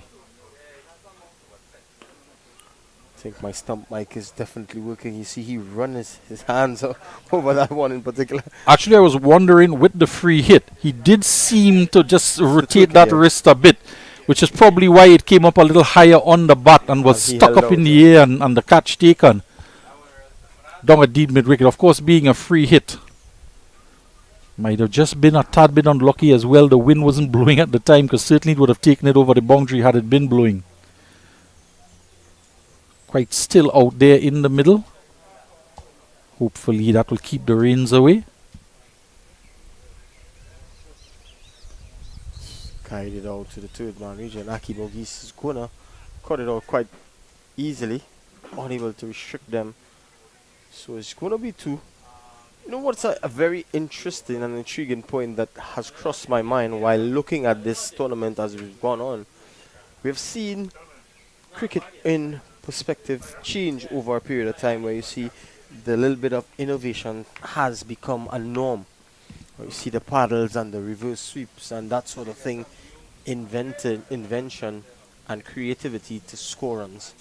I think this, as we go along, we have not been able to see any particular players play that shot in any consistency. So he's pushing nicely through cover.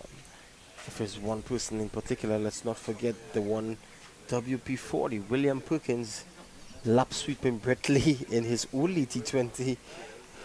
Still a force to be reckoned with. To see he was recently drafted for the Dream 11 Trinidad leg upcoming. So it's good to see these players of this stature still managing to play some cricket. I think Perkins left everybody flabbergasted by that shot when he pulled it out of his repertoire. Certainly a player for his time back then. Still in the fray. But definitely one of those who had initiated that era of unconditional shots, unconventional shots. End of the over. 98 for 1, 19 gone. So 19 gone. 98 for 1. So just some 36 odd. 38 in fact from 186 deliveries. Something remarkable has happened for me here. So looking at the options in terms of bowling. Blaze has just bowled 3. Watara 3 as well. Lane is now into his 3rd with just 38 runs required. There is Andrew Rambaran as another option.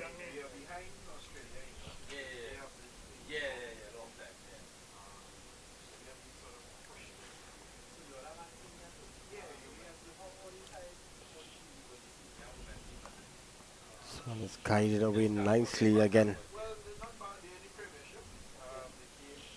One of the things that the academy's coaches would be looking for coming out of this game as well.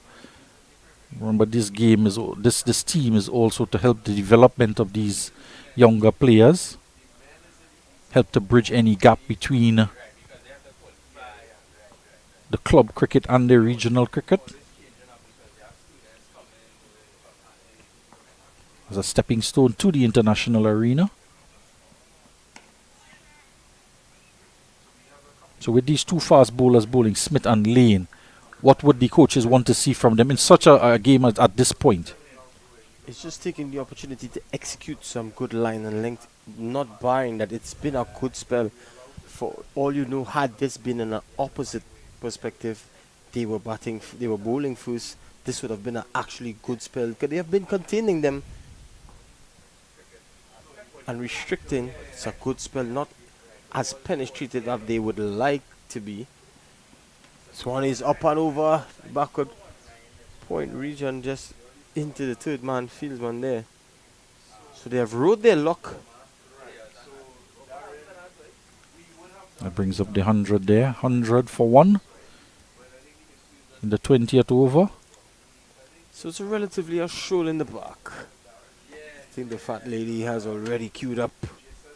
Which is why I asked the question, you know, at this point in the game, this is an academy team really developing, learning for the bigger arena. And you have your 2 fast bowlers on now. You would want to have a specific plan for them. It's almost as death bowling. You will try to.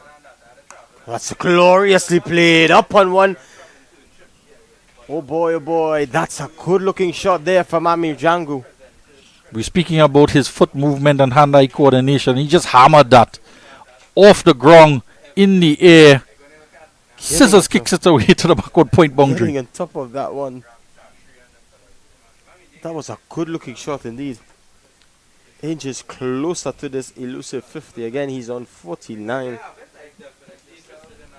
And there is a man sweeping on the boundary there, Rivaldo Clark. But he didn't have the pace to get around with it, of course. Django is working with the pace of Lane, so it comes quite nicely onto the bat off of that length, and he had the room. This one he's looking for the single for that 50. Indeed. And he's going to get it now. There. So fortuitous overthrow indeed. And Just to Amir add to the Django frustration of the academy. benefits. Goes up to 50. Off of 58 deliveries as well. An excellent knock from him, continuing on in a rich vein of form. Gifted that single there, but he does deserve that 50 in the end. And that overthrow there, just adding to the frustration of the West Indies Academy team. Oh, good look at Lane here approaching the wicket. Hitting the deck hard. That's for certain. Yes, and these players, they have to remember the bigger picture here. They are gaining experience playing against these opposition across the board. And it would augur well for West Indies cricket for them to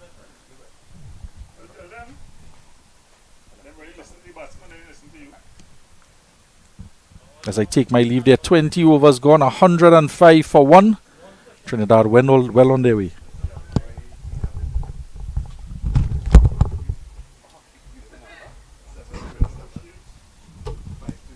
So we see a relatively seeded dugout, confident Red Force dugout.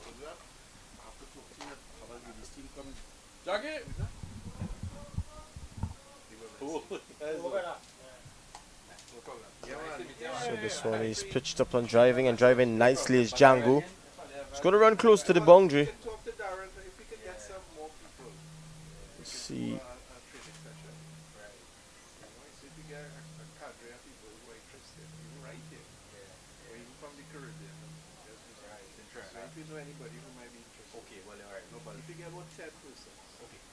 So it's 107 for 1.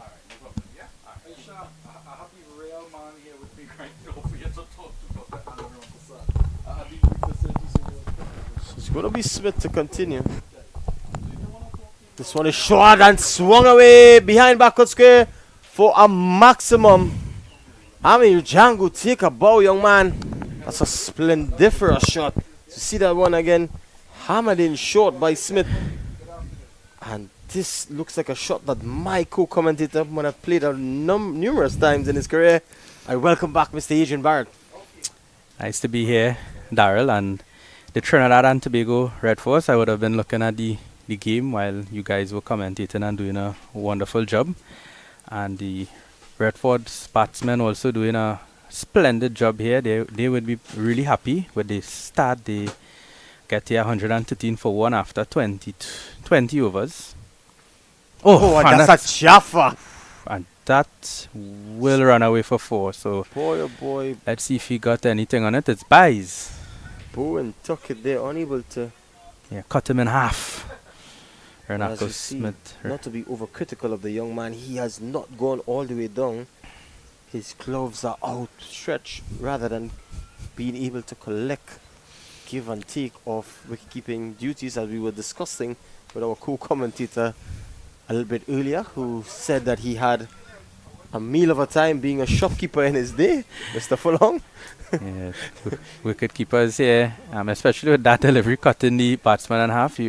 Keepers at times could get blinded because they're naturally looking for the catch outside the off stump, outside the outside edge. So difficult there for the keeper.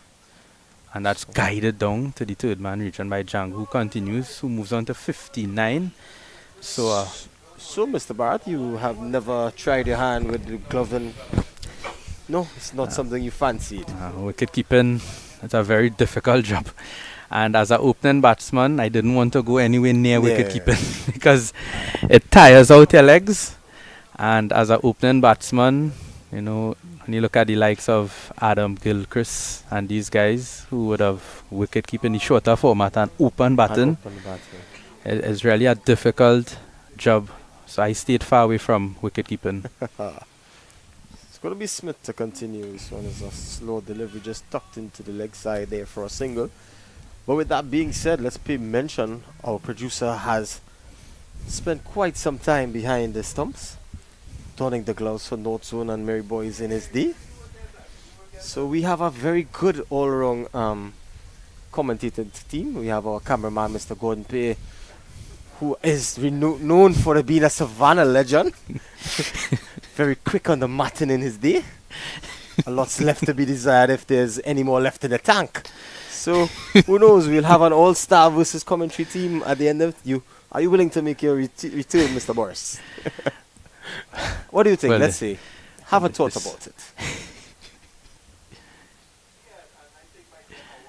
That's well bowled there by Smith. Tucks up Django, the set batsman here right now, and at the end of the over number 21, it's 119 for 1. An interesting point brought by Mr. Fulham earlier. He said, what would be your advice to these two young quicks or these two young bowlers in this, what will assume to be dead rubber? The game is done and dusted more so.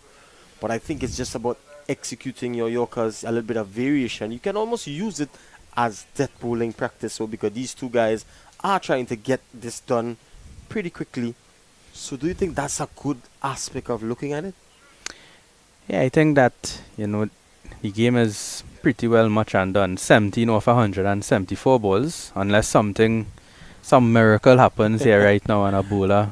Joshua Bishop here, one of their better bowlers. I guess that's why he's in the attack, maybe trying to get that breakthrough. But yeah, I think the academy team, remember it's a development tournament for them. Obviously, if they could have won the tournament, I believe some years ago, Yeah, the likes of when Joshua De Silva was playing, they won the tournament. So it's not a surprise if the academy team wins this tournament, because it happens already. But in this game, as you mentioned, it's only a matter of time, and they would be looking at really finishing off as good as they can, using it as an opportunity for practice, and really start thinking about also their next game. So we're not counting them out as yet, because anything can happen in cricket. We're not telling our viewers to tune off, Rack up shop, so to speak. but we have Keon Utley, who is 12 runs away from another Liste 50. Amir Django going nicely. So still have something here. You never know. The game of cricket is funny. 2-3 wickets here, Daryl, and anything can happen. Game of glorious uncertainty. This one is tossed up nicely. Yeah, so Bishop Bishop. has done well here today. Mhm. He's used to opening the bowling in the shorter format of it. As mentioned before, he has represented the Barbados Tridents previously. This one is tossed up nicely. He's going to buy his time is Keon Utley. As mentioned before, you have played a lot of cricket with him and against him in your time. Yeah, Keon, I actually played school cricket with Keon.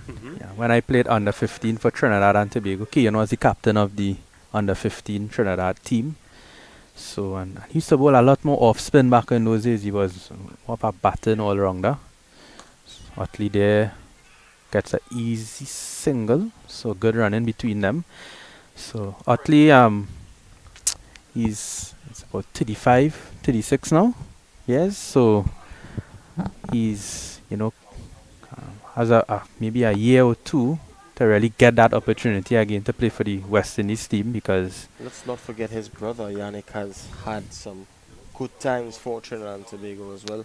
yes, so Yannick is another player who I played with at the youth level and also at Presentation College Shagona. So well flighted there by Joshua This one Bishop. he's bowling behind the crease as well, so you Yeah. see some good variation.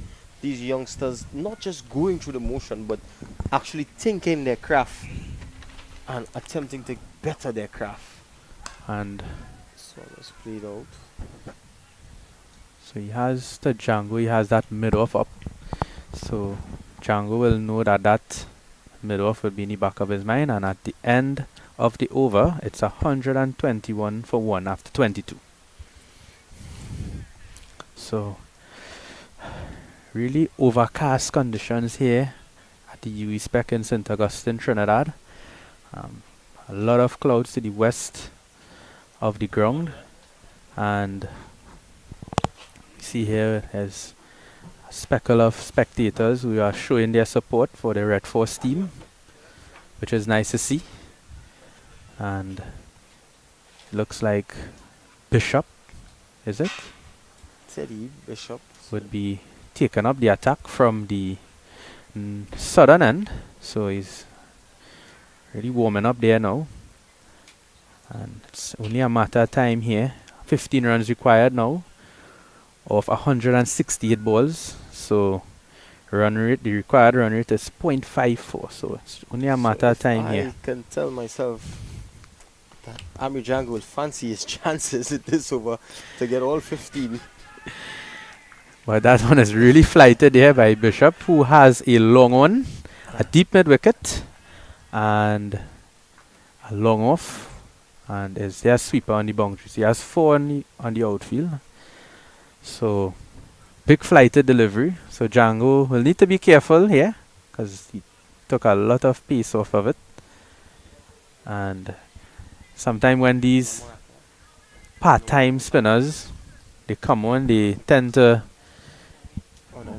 really throw you off of your game, and you have to be very careful about this. Even though Django is 60 from 66, he has to play his natural game. He's going in fine fashion, but you have to be careful here that he doesn't allow Bishop the slowness of his flight to get the better of him. Don't get drunk in honey. This one is tossed up and easily played away. A well flighted delivery. So a lot of self-control here. The Red Force team. Batting partnership to allow his partner to get to that elusive 50 half-century mark. Yeah, he would love to get that 50 runs. Django. And sorry, Otley. So bit of a sort of smoky conditions over the ground here at the moment. It's not rain, but just a bit hazy. So big cloud cover here, which the Surprised to see Teddy Bishop not using Andrew Rambaran at all in this innings.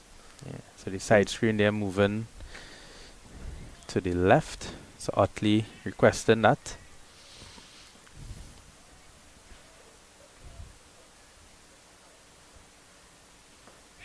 Oh, yeah, that's really slow. Otley would be thinking about it, going for that big hit, maybe over the deep mid-wicket region, straight back, or will he decide to just continue getting singles? So he's playing it safe at the moment, and it's really flighting it. We could actually see the bowler is even smiling, knowing how much he's actually flighting it. Looking to prize out a wicket here is Teddy Bishop. See the overcast skies there a little bit. This one Really slow. through the air. Slow like a Jace Mohammed type pace. Yeah. Really slow. So See that once it's dug into the pitch, it's doing a bit off. See the sight of the UE campus there. This one And is UE down the uses track. Otley there uses his feet.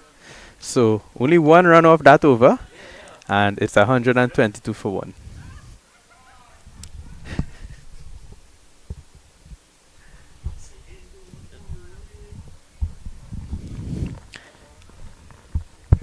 So the Trinidad and Tobago Red Force, Amir Django, 61 of 67. Keon Otley, who's on the verge of a half century, not sure if he will get it. 14 runs required. He needs 11. So that's a really nice puppy there. So Bishop continues. And he's down the ground and he hits over the head of mid-off, and that would be 4 runs. So Amir Django is continuing his attack, hitting Bishop there over long off for 4, and he moves on to 65 Four of good 68. looking runs there by young Django. Chipping into that one. A little bit of class and style about this young man. And flighted again there by Joshua Bishop. Django deciding to play this one off the back foot. Brings Otley on strike now, who's on 39. So Otley 2 shots away from a half century. Or will he decide to just... Oh, big turn. Sides edge Yeah. there. I think he's been caught in 2 minds here, whether to go about this way and finish in a grand style or just allow himself to tick it over.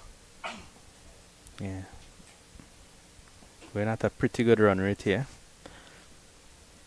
So plays that one off the back foot. Only 1 run. Utley moves on to 40.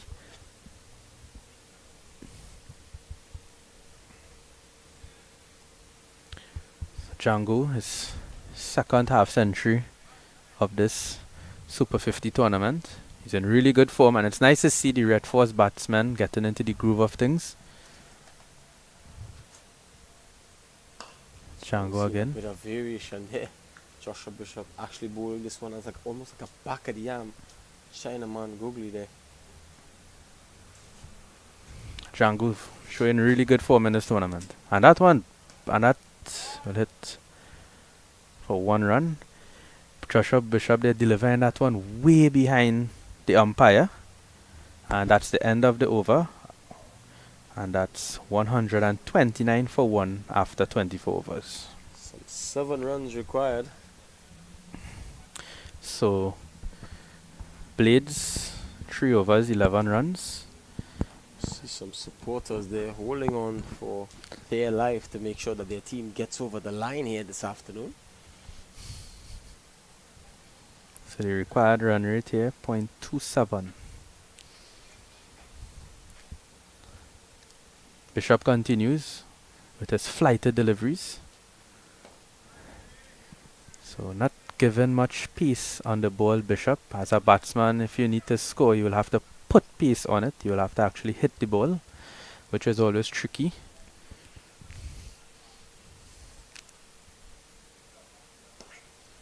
That's beautifully played there by Django, getting those singles. So Motara into his 5th over. 20 runs, no wicket. Sorry. Bishop. As long as we really line down the line of the leg stump and just turned away for a comfortable single. So would want to bet against it that the game should be finished in this over. Yeah, By any stretch of the imagination. 5 runs. So 5 more required by the Red Force team. Turned away into the leg side. So it's 4 from 2 deliveries to finish in this over, probably. Yes, so 1 shot away from victory for the Trinidad and Tobago Red Force team. And it's 1:42 in the afternoon.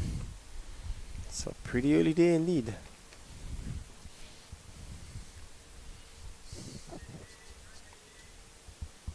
So Bishop has 2 deliveries remaining.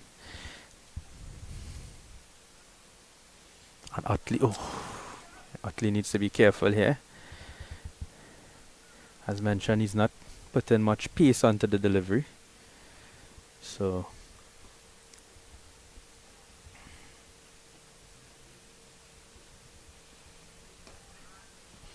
and that's the end of the over. Utley himself has not looked his usual circumspect self. He's gone about it dogging in the spinner. A workmanlike innings this particular 40 odd. Yeah, He's there at the end is the most important. and that's As a batsman, you will definitely know that there's no better practice than time in the middle. That's right. So even though he's 41 off 66 balls, it's still 41 runs and he's not out. So yes, it's probably not the way he would have liked to feel, but I guess this would be a bit of a confidence booster for him going into the next match. Quick single here, and batsman is in safely. So 3 runs away from victory for Trinidad and Tobago Red Force. Trinidad and Tobago Red Force opted to field first. So the Trinidad and Tobago Red Force would be happy with how things turned out so far. Batting second on a turning pitch, 133 for 1. And Let's pay special mention. This is the 26th over, and this will be Bishop's 10th over. So that goes to show how well he has bowled this afternoon. Amir Django on 70. Oh, and loud show there. It's probably struck just outside the line of the off stump.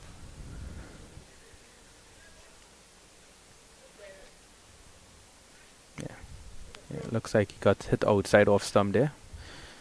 So good decision. Quicker one there by Bishop. Worked right at that short mid-wicket fieldsman.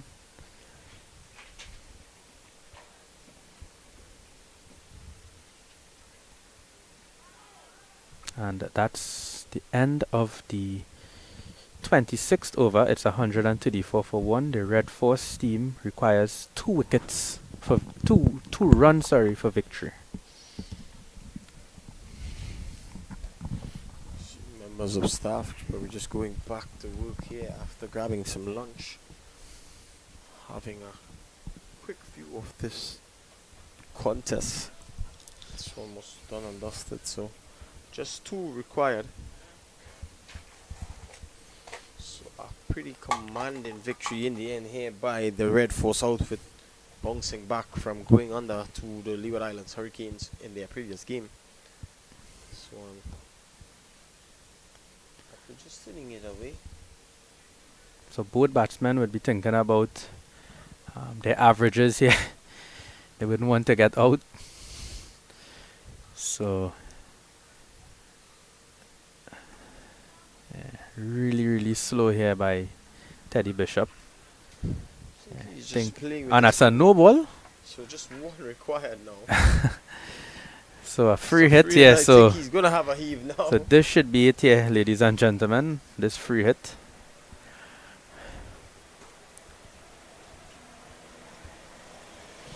Oh, and Utley misses, my and goodness, another it's no ball. another no ball. So that's the end of the game So here. that brings It- the end of this run chase. And- The Red Force steamrolled the West Indies Academy for a very commanding victory, and they win by some 9 wickets. So a very good showing by the Red Force team. So on behalf of the entire team here at the UE Spec, we want to say thank you for viewing. It's been a marvelous game. We look forward to seeing you on the next appointed day.